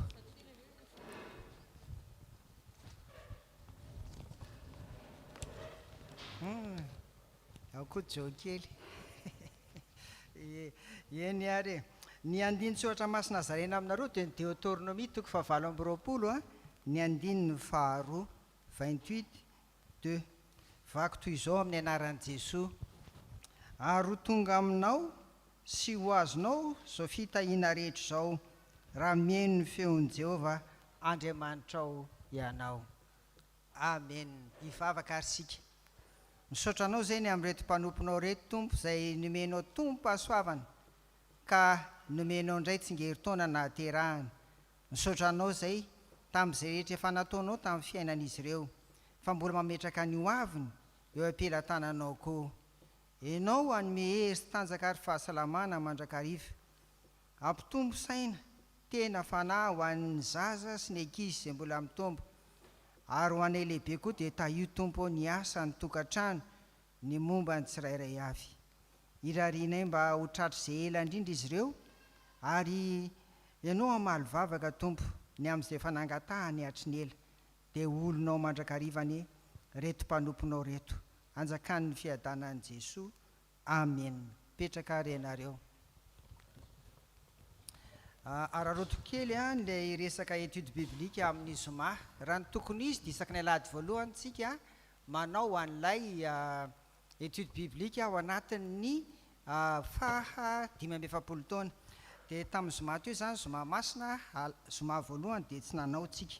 Dia tadidio ary ity fa hanasana ny sampana rehetra, ny mpikambana amin'ny sampana 5 atao amin'ny fiangonana ao amin'ny plateau zany tsika amin'ny zoma zao, amin'ny 7:8 ny Kolosianina toko 2 andininy fa 9 sy fa 7.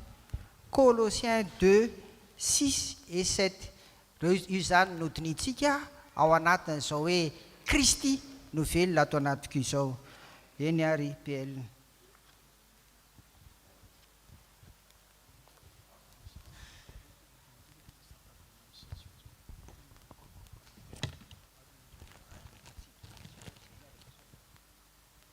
Nenanareo site web ary aloha ny fitenena.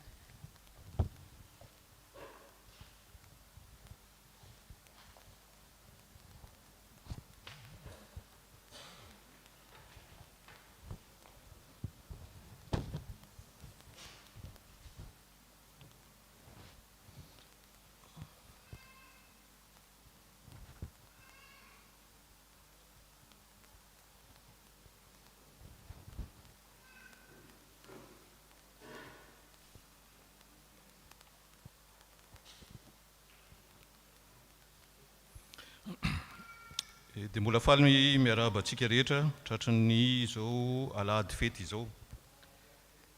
Izay moa zany ny ao amin'ny voameran'ny teknôlôjia misahana ny site web. Dia jerentsika zany ty taritra ty dia taritra isan-taona no atao mikasika ny vondrona samihafa izay isahany ny site web. Raha jerentsika moa zany ny eo amin'ny fahitalavitra jerentsika ny amin'ny fahitalavitra dia vondrona anankitelo zany sahan'ny site web amin'izao telo ngeda be. Ny takelaka iray izay misy ny texte, ny sary sy ny horonan-peo. Dia ny YouTube misy ny horonan-tsary. Dia tamin'ny 25 mars teo tsika namoaka ny page Facebook ny FKMA. Raha jerena zany ny takelaka nandritra n'izay taona ny siny zay dia eo amin'ny 25 230 eo ny vue ao anatin'io takelaka io.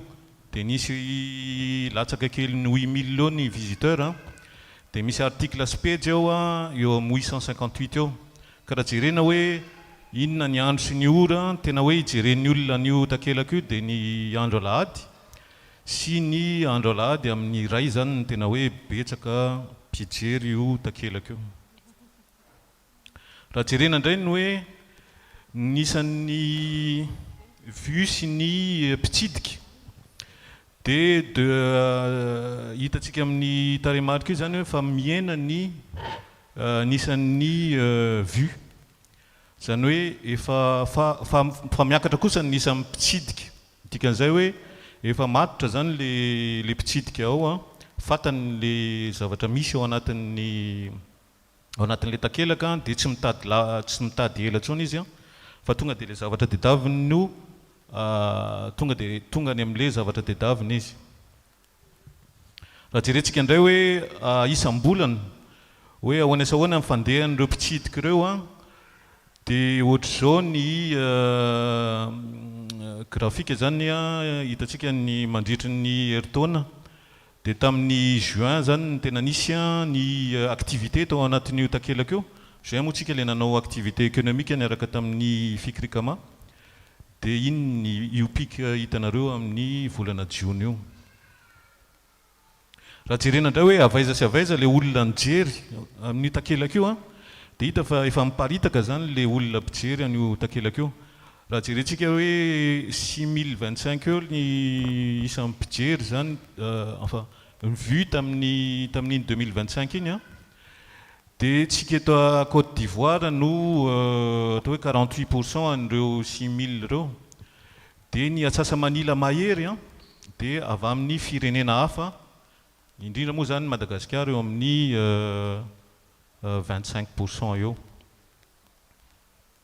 Raha mbola jerena indray iny hoe avaiza daholo ny olona mijery amin'ny mbola takelaka tsika izao dia hita io menamena io fa mitombo ilay olona avy any ivelany. Izany hoe tsika eto à Côte d'Ivoire zany miaina fa ilay olona avy any ivelany no tena manomboka enfin lasa eo amin'ny 2/3 eo zany ny olona izay avy any ivelany mitsidika n'io takelaka io. Raha jerena indray ny eo amin'ny tahirin-tsary dia nitahiritsarantsika moa zany ao amin'ny takelaka dia ny événement fiangonana sy événement sampana no hita ao a dia misy sary eo amin'ny mihoatra kely ny 10 000 eo a dia raha jerena hoe mpitsidika firy no mijery an'ireo sary ireo dia hatramin'izao a tamin'ny mars 2025 zany dia nisy 15 000 teo a mahery kely ny latsaka kely ny 16 000 teo a ny olona nitsidika an'ireo sary ao anaty takelaka ireo. Raha jerentsika indray ny tahiry-peo a nanomboka tamin'ny taona 2023 dia misy toriteny eo a eo amin'ny 128 eo a 10 minitra ny sekoly alady moa nanomboka tamin'ny novembre 2023 misy eo amin'ny 20 eo a ny mofinaina isan'andro a misy eo amin'ny 480 eo hatramin'izao dia ny 10 minitra manga moa zany a ny SVM nanomboka tamin'ny jona 2025 a eo amin'ny 6 eo ny ao anatin'ny tahiry-peo atsika. Raha jerena ny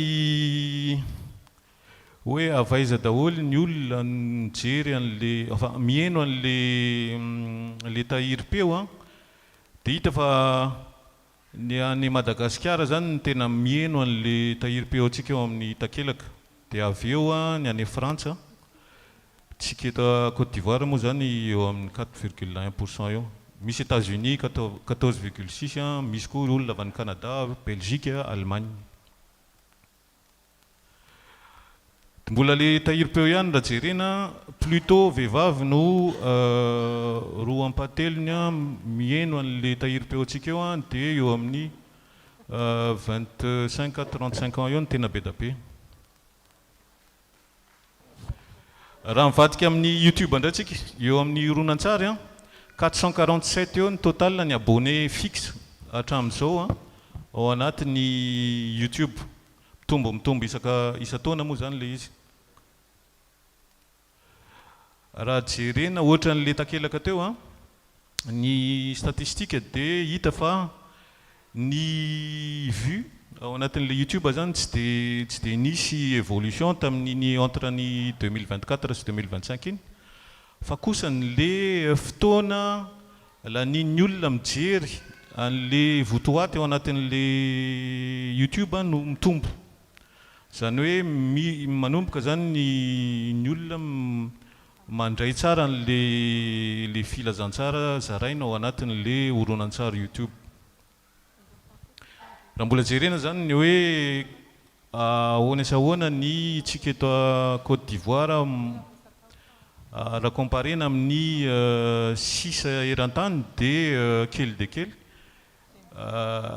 Nanomboka nitombo le tamin'ny 2023 moa zany le hoe le 6 eran-tany nijery an'le YouTube dia amin'izao izy tena lasa eo amin'ny atao hoe 3/4 eo, mihoatra ny 3/4 an'le olona mijery zany dia avy any ivelany daholo. Dia raha mbola jerena Madagasikara ny ao anatin'io olona avy any ivelany ireo ny Atsasa-Manila latsaka dia avy any Madagasikara fa ny atsasany kosa maneran-tany, sisa maneran-tany zany. Raha jerentsika indray ny ohatran'le takelaka teo hoe inona ny andro sy inona ny ora tena hoe fijeren'olona ao anatin'le YouTube zany dia hitantsika amin'le graphe eo hoe plutôt ny larobia atoandro sy ny zoma atoandro ny olona no tena miconsulte an'le YouTube. Dia mitovy ihany araka le teo vehivavy ny tena be da be ary eo amin'ny 25-38 ans eo no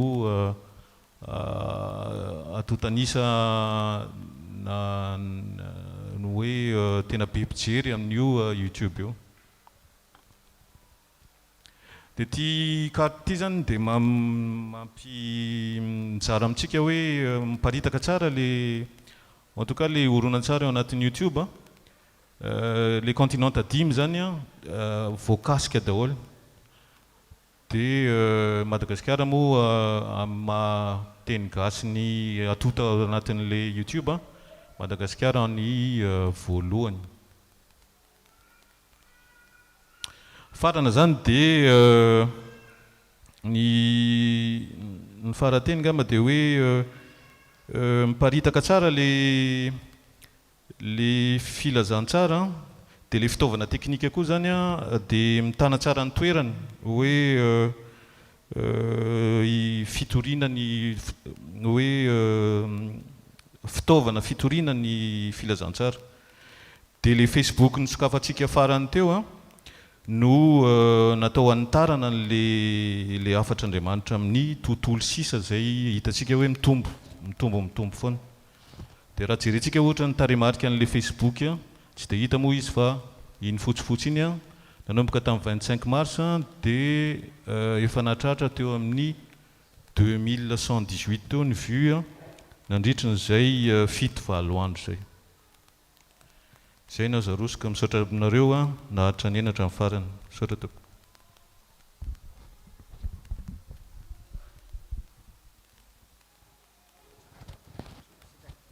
Isaorantsika ny ao amin'ny site web ary miroso amin'ny zavatra telo zany sisa miandry antsika dia ny rakitra dia ny fanamariana an'le fotoam-pankalazana zao dia ny famaranana amin'ny fotoana. Ny rakitra dia ateritsika aty aloha zany ny rakitra anankiray ary vao vita iny dia tatazana le rakitra faharoa zay efa nampimanina antsika. Atema F20 no iraintsika ary aorian'izay dia ny F20 hira fanampiny faharoapolo. Atema F20 hira fanampiny faharoapolo. Rakitra indroa, ny anankiray aterina, ny anankiray tatazana. Amen.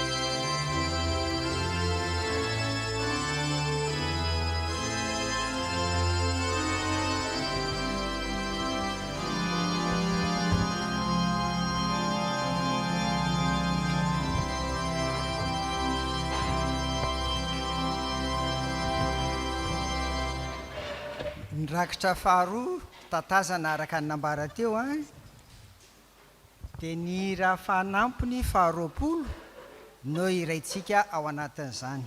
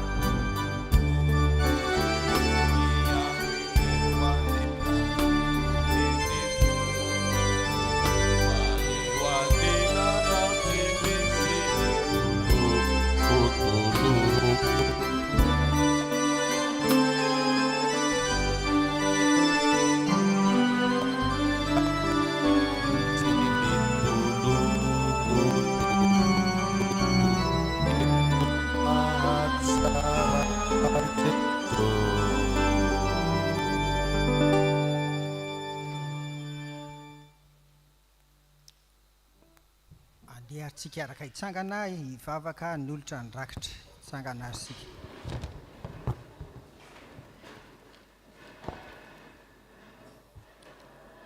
Ao anatin'izao aladin'ny Paska ary feno 20 taona ny fiangonanao izao Tompo dia faliko izay afaka manolotra vola hoentina hatrany manatanteraka ny asa fijoroana vavolombelona ary fitoriana firazantsara ataon'ny fiangonana.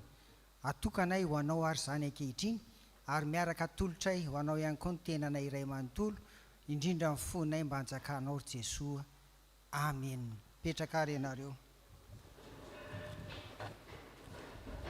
Mialohan'ny hamarana antsika amin'ny fotoana dia tonga eo amin'ny fandraisana fitenena antsika izao. Mandray anjara fitenena voalohany ny filoha laika. Manaraka eo dia filohan'ny komity fa 5 taona ary isan'ireo roanam-peo avy amin'ny ray aman-drenitsika dia Pasteur Andreas Dada Ramarikoto dia ny tenanay no mamarana azy zany. Vita izay dia mamarana ny fotoantsika mandroso ary tompoko ianareo araka ny filaharany teo.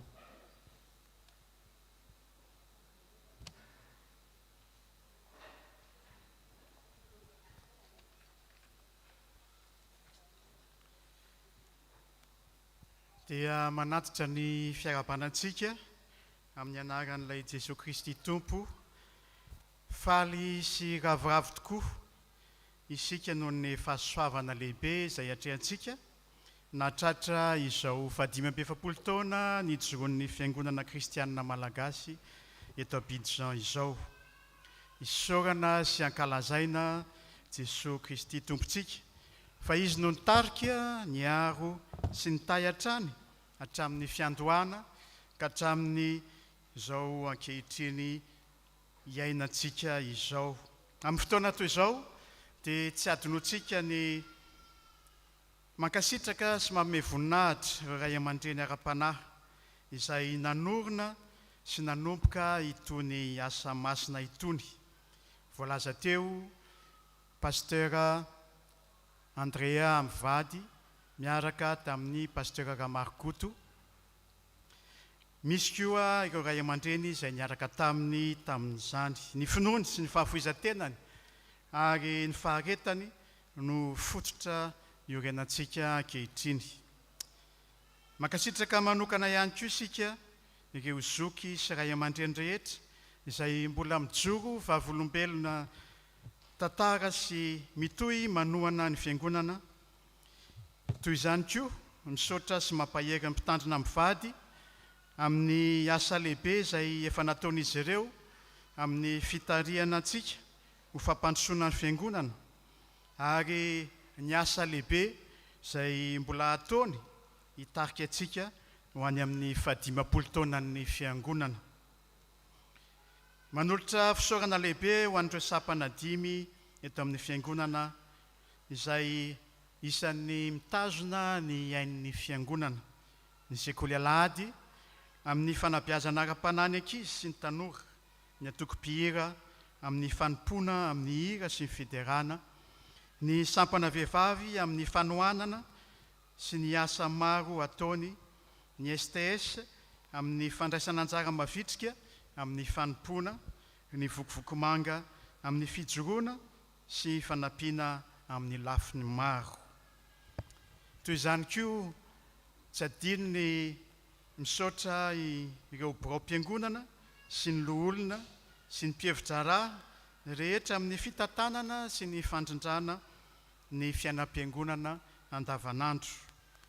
Mankasitraka ireo voamiera isan-karazany misy eto amin'ny fiangonana koa, ny voamierany vola miaraka amin'ireo mpanamarim-bola amin'ny fitandremana sy ny fitantanana ny volan'ny fiangonana, ny voamierany site web sy ny serasera amin'ny fampahafantarana sy ny fifandraisana, ny voamierany fananana amin'ny fitiarakarana ny fananan'ny fiangonana, ny voamierany fifitianana sy ny fanavoazana ny birao ny asa tokoa tamin'ny fandaminana sy fandrindrana ny rafitra. Tsy adino ireo tanora ao amin'ny projection amin'ny fanohanana teknika mandritra ny fanovavahana, dia misy koa ireo izay amintsika pino manao asa mangina amin'ny fanohanana izay tsy ny kely indrindra fa isany manome aina ny fiangonana ihany koa. Ireo rehetrareo dia isaorantsika an'Andriamanitra satria isan'ny mampijoro itony fiangonantsika hatramin'izao ka nahatrarana izany 5 taona izany. Ho antsika kosa izay voreto ankehitriny zanaky ny 5 taona dia tsotra ny afatra ho antsika: mahereza, mazotoa ary mahareta amin'ny fanompona an'Andriamanitra, mitozoa amin'ny adity sy ny andraikitra fa ianareo no ho avin'ny fiangonana. Aoka ho velonao anatinareo mandrakariva Kristy ka ho hita taratra eo amin'ny fiainantsika andavanandro izy, na eo anivon'ny fiangonana zany, na eo anivon'ny fiarahamonina, amin'ny alalan'ny finoana, ny fitiavana, ny firaisan-kina aseho antsika. Satria raha Kristy tokoa no velona atao anatintsika dia mitondra fahazavana, mitondra fitiavana ary manana fanantenana, manome fanantenana ho an'ny hafa isika. Enganie Andriamanitra hanohy hitahy ity fiangonantsika ity ka hatratra taona maro mbola ho avy ho voninahiny mandrakariva. Soli Deo Gloria. Amen.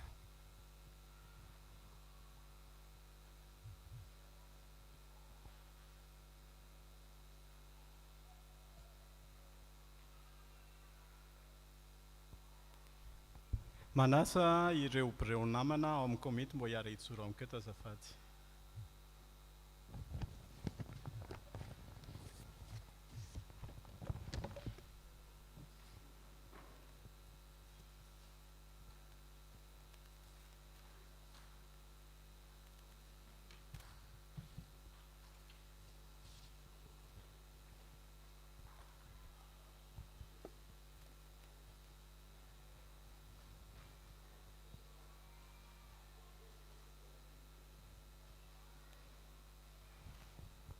volana novambra 27 tonga teto Abidjan pasteur Andreas ny angonany rehefa nifampitafy izy ireo tamin'ny malagasy maromaro dia ny zavatra tena nolazainy voalohany dia ny hoe tsy maintsy hanangana fiangonana kristianina malagasy eto Abidjan zareo 5 taona teoriana reto tsika zanaky ny 5 taona mijoro manome voninahitra ny Andriamanitra amin'izany taona 5 taona izany ko amin'ny anaran'ny birao amin'ny anaran'ny komity amin'ny anaran'ny fiangonana manontolo no iarabanay ianareo ry zanaky ny 5 taona arabaina ianareo na hatratra izao taona izao arabaina ianareo ny joro ary vavolombelona Kristy amin'izao 5 taona izao ankalazan'Andriamanitra tsika heritaona noho izany 5 taona izany maro ny hetsika tanterahana nosongadina ho efatra izany misy ny hetsika ara-pinoana misy ny hetsika ara-kultoraly misy koa ny fitadiavam-bola sy tsangam-bato ary misy ny hetsika serasera nozarainao komisionna maromaro izy ireo ary efa miasa eny anivontsika tsirairay avy manentana antsika izay aza velan-dalo fotsiny izany fotoana 5 taona izany raha mbola tsy ao anaty komisionna ianao dia midira ankalazan'Andriamanitra tsika amin'izany ho averina lefa ao anatin'ny roy ho antsika rehetra izay mbola tsy tafiditra anaty komisionna ny tanjona dia izao isika rehetra dia ao anatin'izany komisionna hiasa ary hanome voninahitra an'Andriamanitra amin'izany fankalazana izany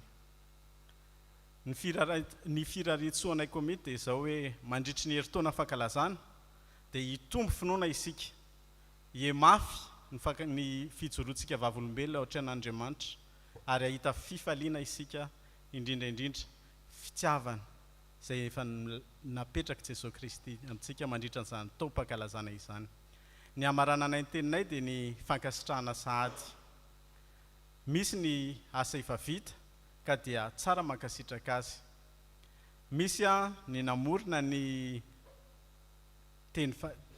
nanolotra ny teny fanevaka amin'ny fidintsika rehetra dia ao zany Ramatokely Andriamandroso Ilona izy zany no niteny tamintsika nanolotra ho antsika ny teny faneva hoe fa Kristy mivelona ato anatiko misy koa ny nanome logo tsy nitonona anarana moa izy fa hoentsika mbavaka raha aveo na izany tsy zany nanome ny fahefana feno na ny amin'ny madiana na ny ampiasaina izany logo zany izy ary ny namorona ny hira faneva dia isoratsika n'Andriamanitra ihany koa ny fanomezam-pahasoavana nomeny andreo olona rehetra ireo dia Andriamatoa Rivo Rajaonariveta dia afatsika ireo olona ireo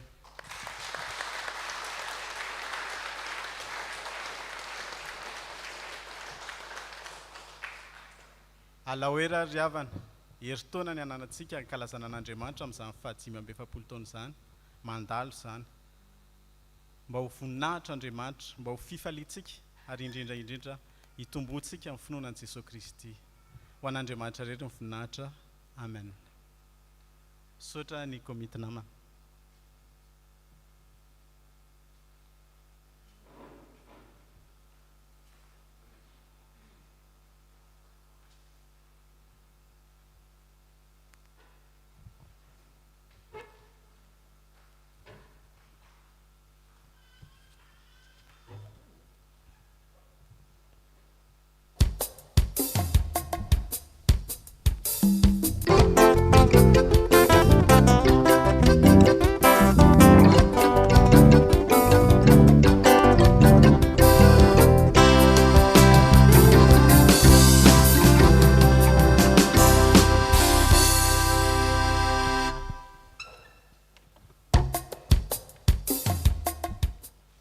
dia miaraba ny fiangonana kristiana malagasy ao Abidjan effectivement amin'izao fahatrarana 5 taona ny orenan'izao ahitana vokatra amin'izao fotoana izao ny tompony hanome hery-tanjaka ny mpino rehetra tsy ankalavaka fa indrindra koa ireo mpiandraikitra dia ny mpitandrina sy ireo diakona miara-miasany satria asa misona no ataonareo any Abidjan.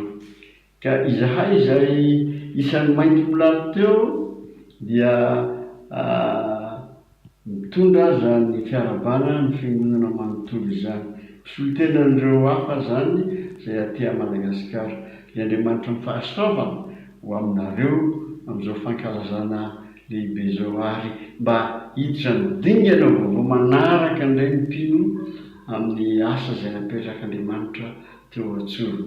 Izay ihany no teny ambara fa dia ho an'Andriamanitra irery no voninahitra.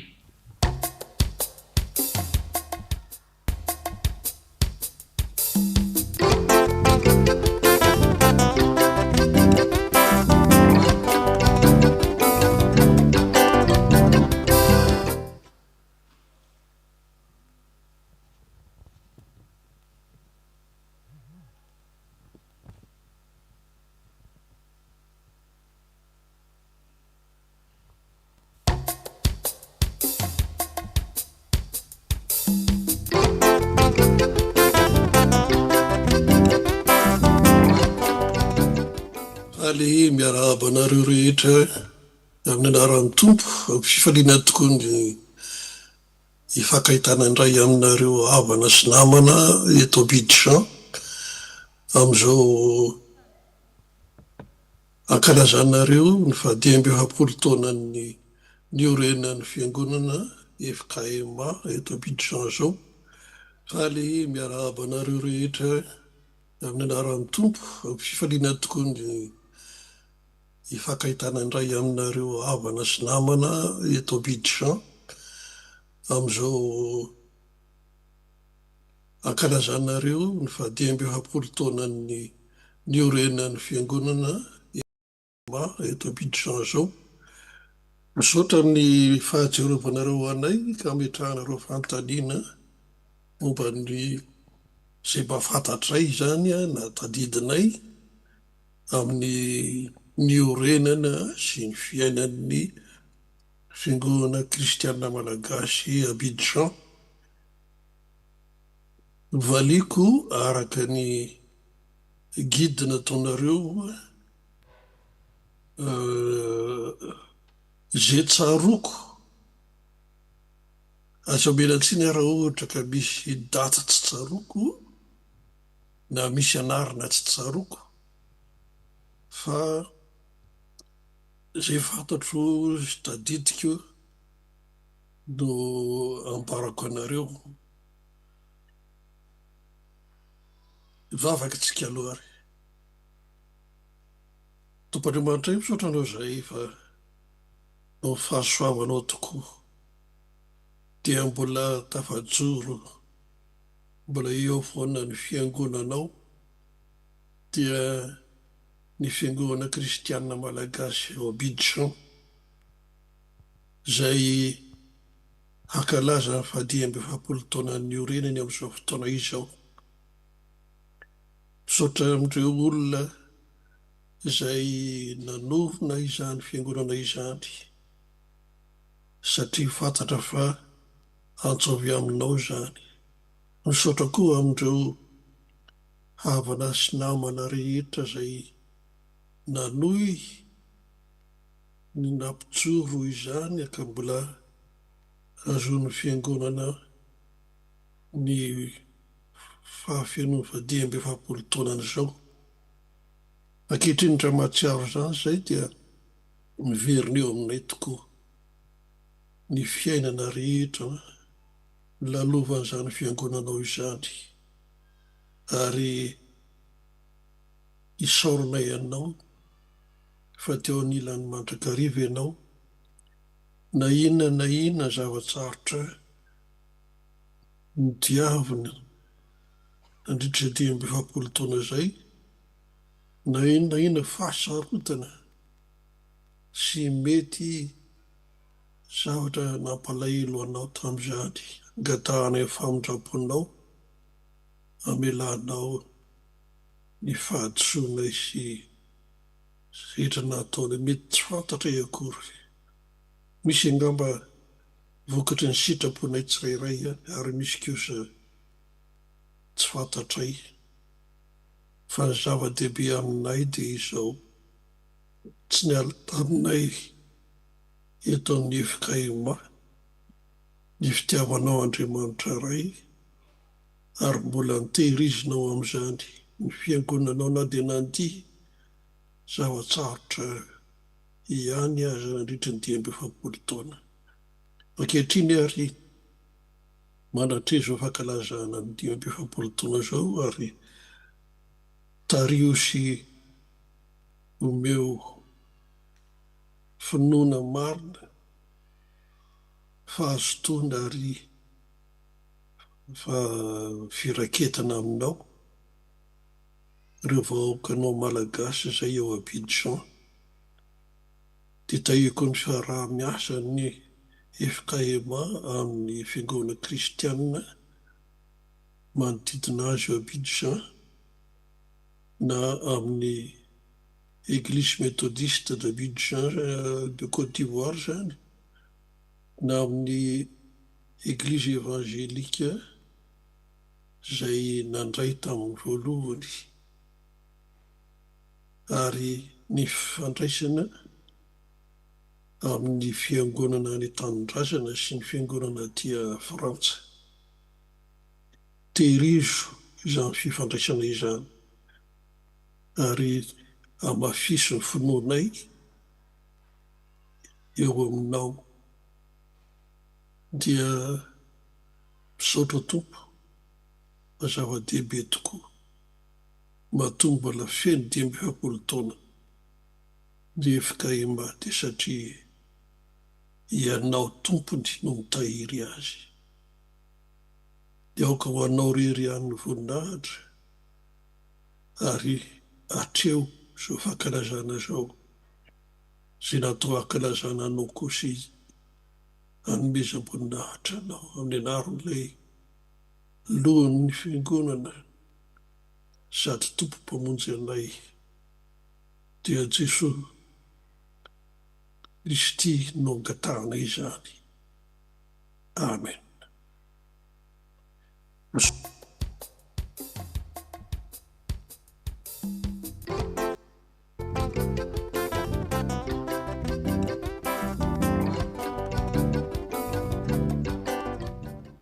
Lasa dia lasa ny fotoana riavana madiva amarana n'izao fotoana izao tsika hitantsika moa ny teny voalohany teo zany dia Pasteur Andrea zay anisany nanorona ny fiangonana ary koa dada Heritsimba Antoine Ramariko toy mijery firana fanampiny eto fa izy namorona le hira F29 le hoe tsy mba misy reharehako dada Ramariko iny no namorona azy.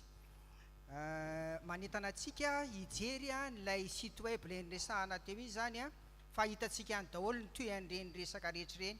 Lasa saina kely aloha le tatitra natao teo izy zany tsika eto indray ny lasa vitsy fa dia mba jereo ary le site web tsika. Natsangatsika teo zany reny mpanorony reny fa maro amintsika vao tonga ho maly tahaka anay dia mba miangavy ianareo nahita an'le norenan'ny fiangonana sy tany aloha tany ka eo mba miangavy ianareo mba ho hitsangana mba ho hita koa tompo.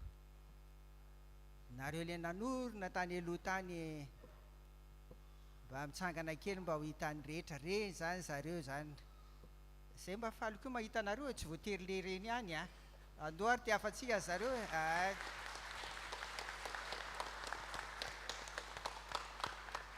saotranareo dia vavolombelona ianareo tamin'izany zao mbola tena mademoiselle setra zany daholo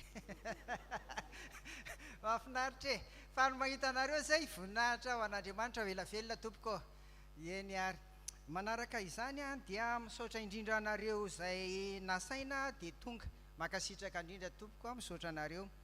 Manaraka dia firaritso araka ny nambarako tamin'ny toriteny teo dia hiasa ny nahatongavantsika aty dia irariana mba hisondrotra amin'ny asa daholo irariana mba ahita sony amin'ny asany daholo zany tsika tsirairay avy dia ho voninahitry ny tompo zany rehetra zany. Raha misy moa somary sahirana kely dia angatahana amin'ny tompo mba vahan'ny tompo ny olana samy hafa fa dia aomby firaritso mitafotafo mihitsy ny atolotrainy amin'ny asa satria izany nahatongavantsika aty. Fa etsy an-daniny zany dia misokatra amin'ny fiangonana isaky ny alahady tongava tompoko fa dia nomeny tompo atsika ny FKMA zany. Noho izany dia amin'ny anaran'ny Andriamanitra ray sy Jesosy Kristy tompolohan'ny fiangonana ary amin'ny anaran'ny fanahy masina dia misokatra zao fa 10 taona amin'ny fiangonana izao andehantsika hitsangana ary ity ekariavana. Tehaka mafy be tsika ho an'ny tompo amin'izany eny ary saotra indrindra saotra indrindra araka ny saotra tompoko araka ny nambara teo dia fanombohana zao ivony amin'ny novambra ary dia famaranana amin'ny herintaona tahaka an'izao dia samosatran'izay tsika noho izany a fanamariana zany fisokafana zany dia zao koa zany no iraintsika amin'ny fomba ofisialy ny hira faneva dia iraintsika zany hira faneva zany zao vita zay dia marana amin'ny fotoana isika.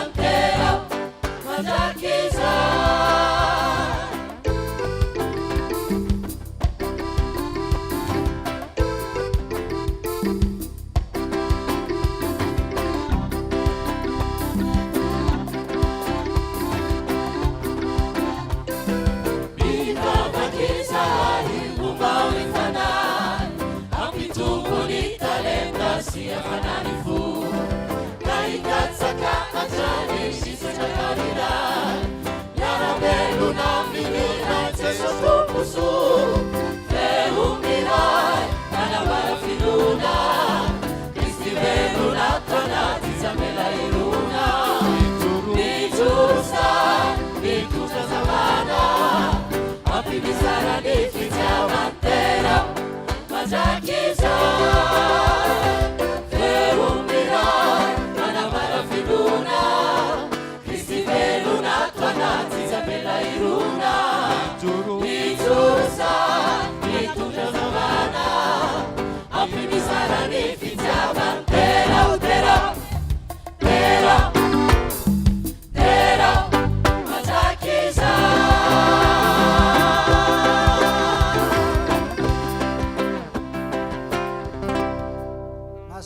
Sanari ianareo ry havako eny a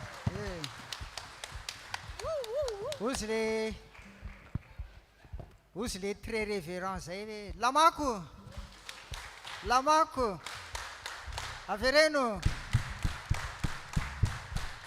atambaro zay zany mba tiany mihitsy isaky miona hoa zay io vao nanatrika conférence zay te dia mbola lamako foana aloha ny arabapa eny ary amarana ny fotoantsika zao iroso amin'ny vavaka dia ao arian'izay dia iraintsika ny 3F hitantsika io irany antsany Kristy zany a mbola manamafy ao anatintsika hatrany ny amin'ny hoe Kristy velona ao anaty ndao ary hivavaka sika omena minitra vitsysika hivavahana ho an'izay fanindritsika tsirairay avy ary amin'izay nambara rehetra androany teo hivavaka mangina ary sika zao.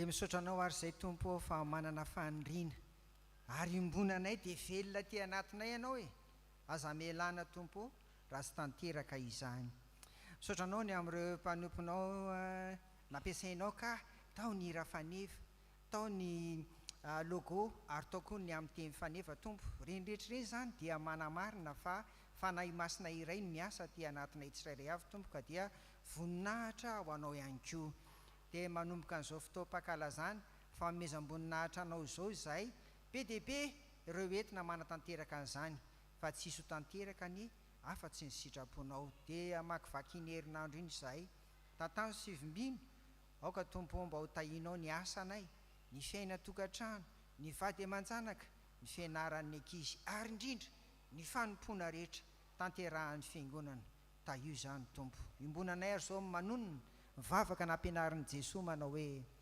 rainay izay ny an-danitra ho masinina ny any anaranao ho tonga ny fanjakanao atao any ny sitraponao ety an-tany tahaka ny any an-danitra ny anay an'io ny anina azo ao anay ary mamela ny elokay tahaka ny namelanay izay meloka taminay ary aza mitondra anay amin'ny fakapanahy manafahanay amin'ny ratsy anao ny fanjakana sy ny hery ary ny voninahitra mandrakizay amen. Tsangana ary sika manao ny hira famaranana mialohan'ny tsodrano.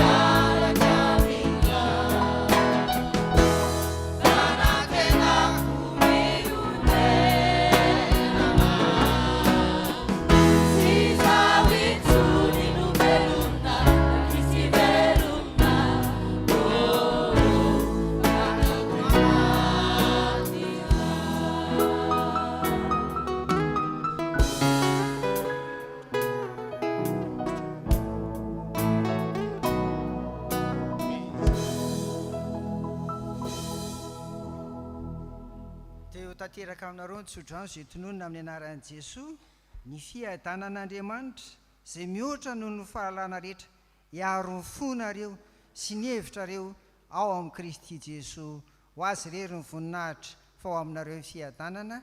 Amen. Mipetraka arenareo ry havako.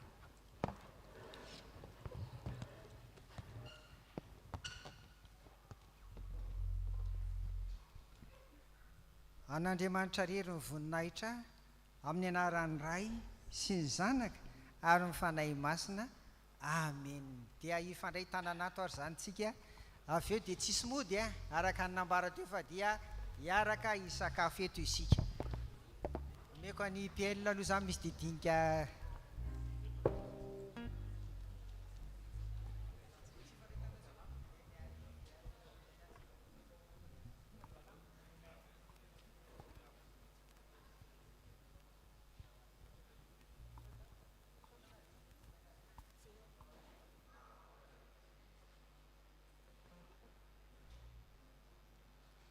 eny ary le tompony anjara rehetra teo izy namaky teny sy ay mbola mihira ndao ary eny ary fampiarahaba isika.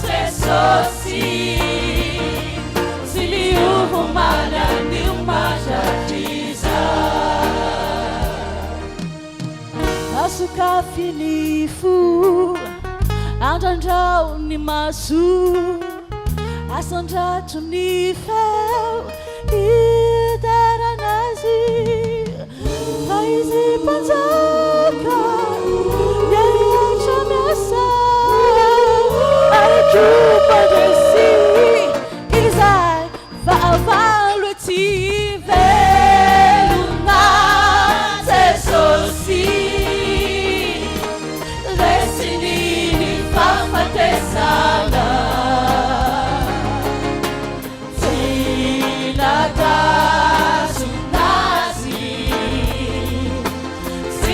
sinatazunani fasana valielinide magaga sitakachilisa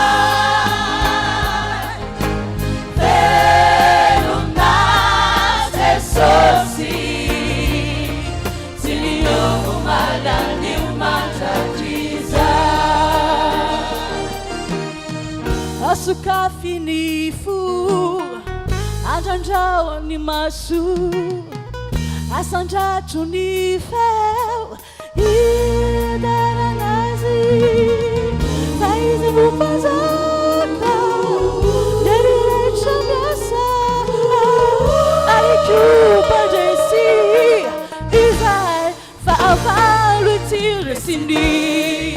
fafatesana velona Jesosy nesiny fafatesana velona Jesosy tsy miova maranio mandrakizay velona Jesosy velona Jesosy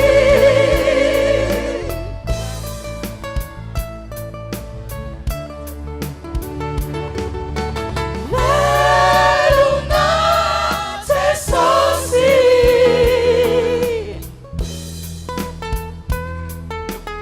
velona mandrakizay velona mandrakizay velona mandrakizay velona mandrakizay velona mandrakizay velona mandrakizay velona mandrakizay velona mandrakizay velona mandrakizay velona mandrakizai veluna mandrakizai veluna mandrakizai veluna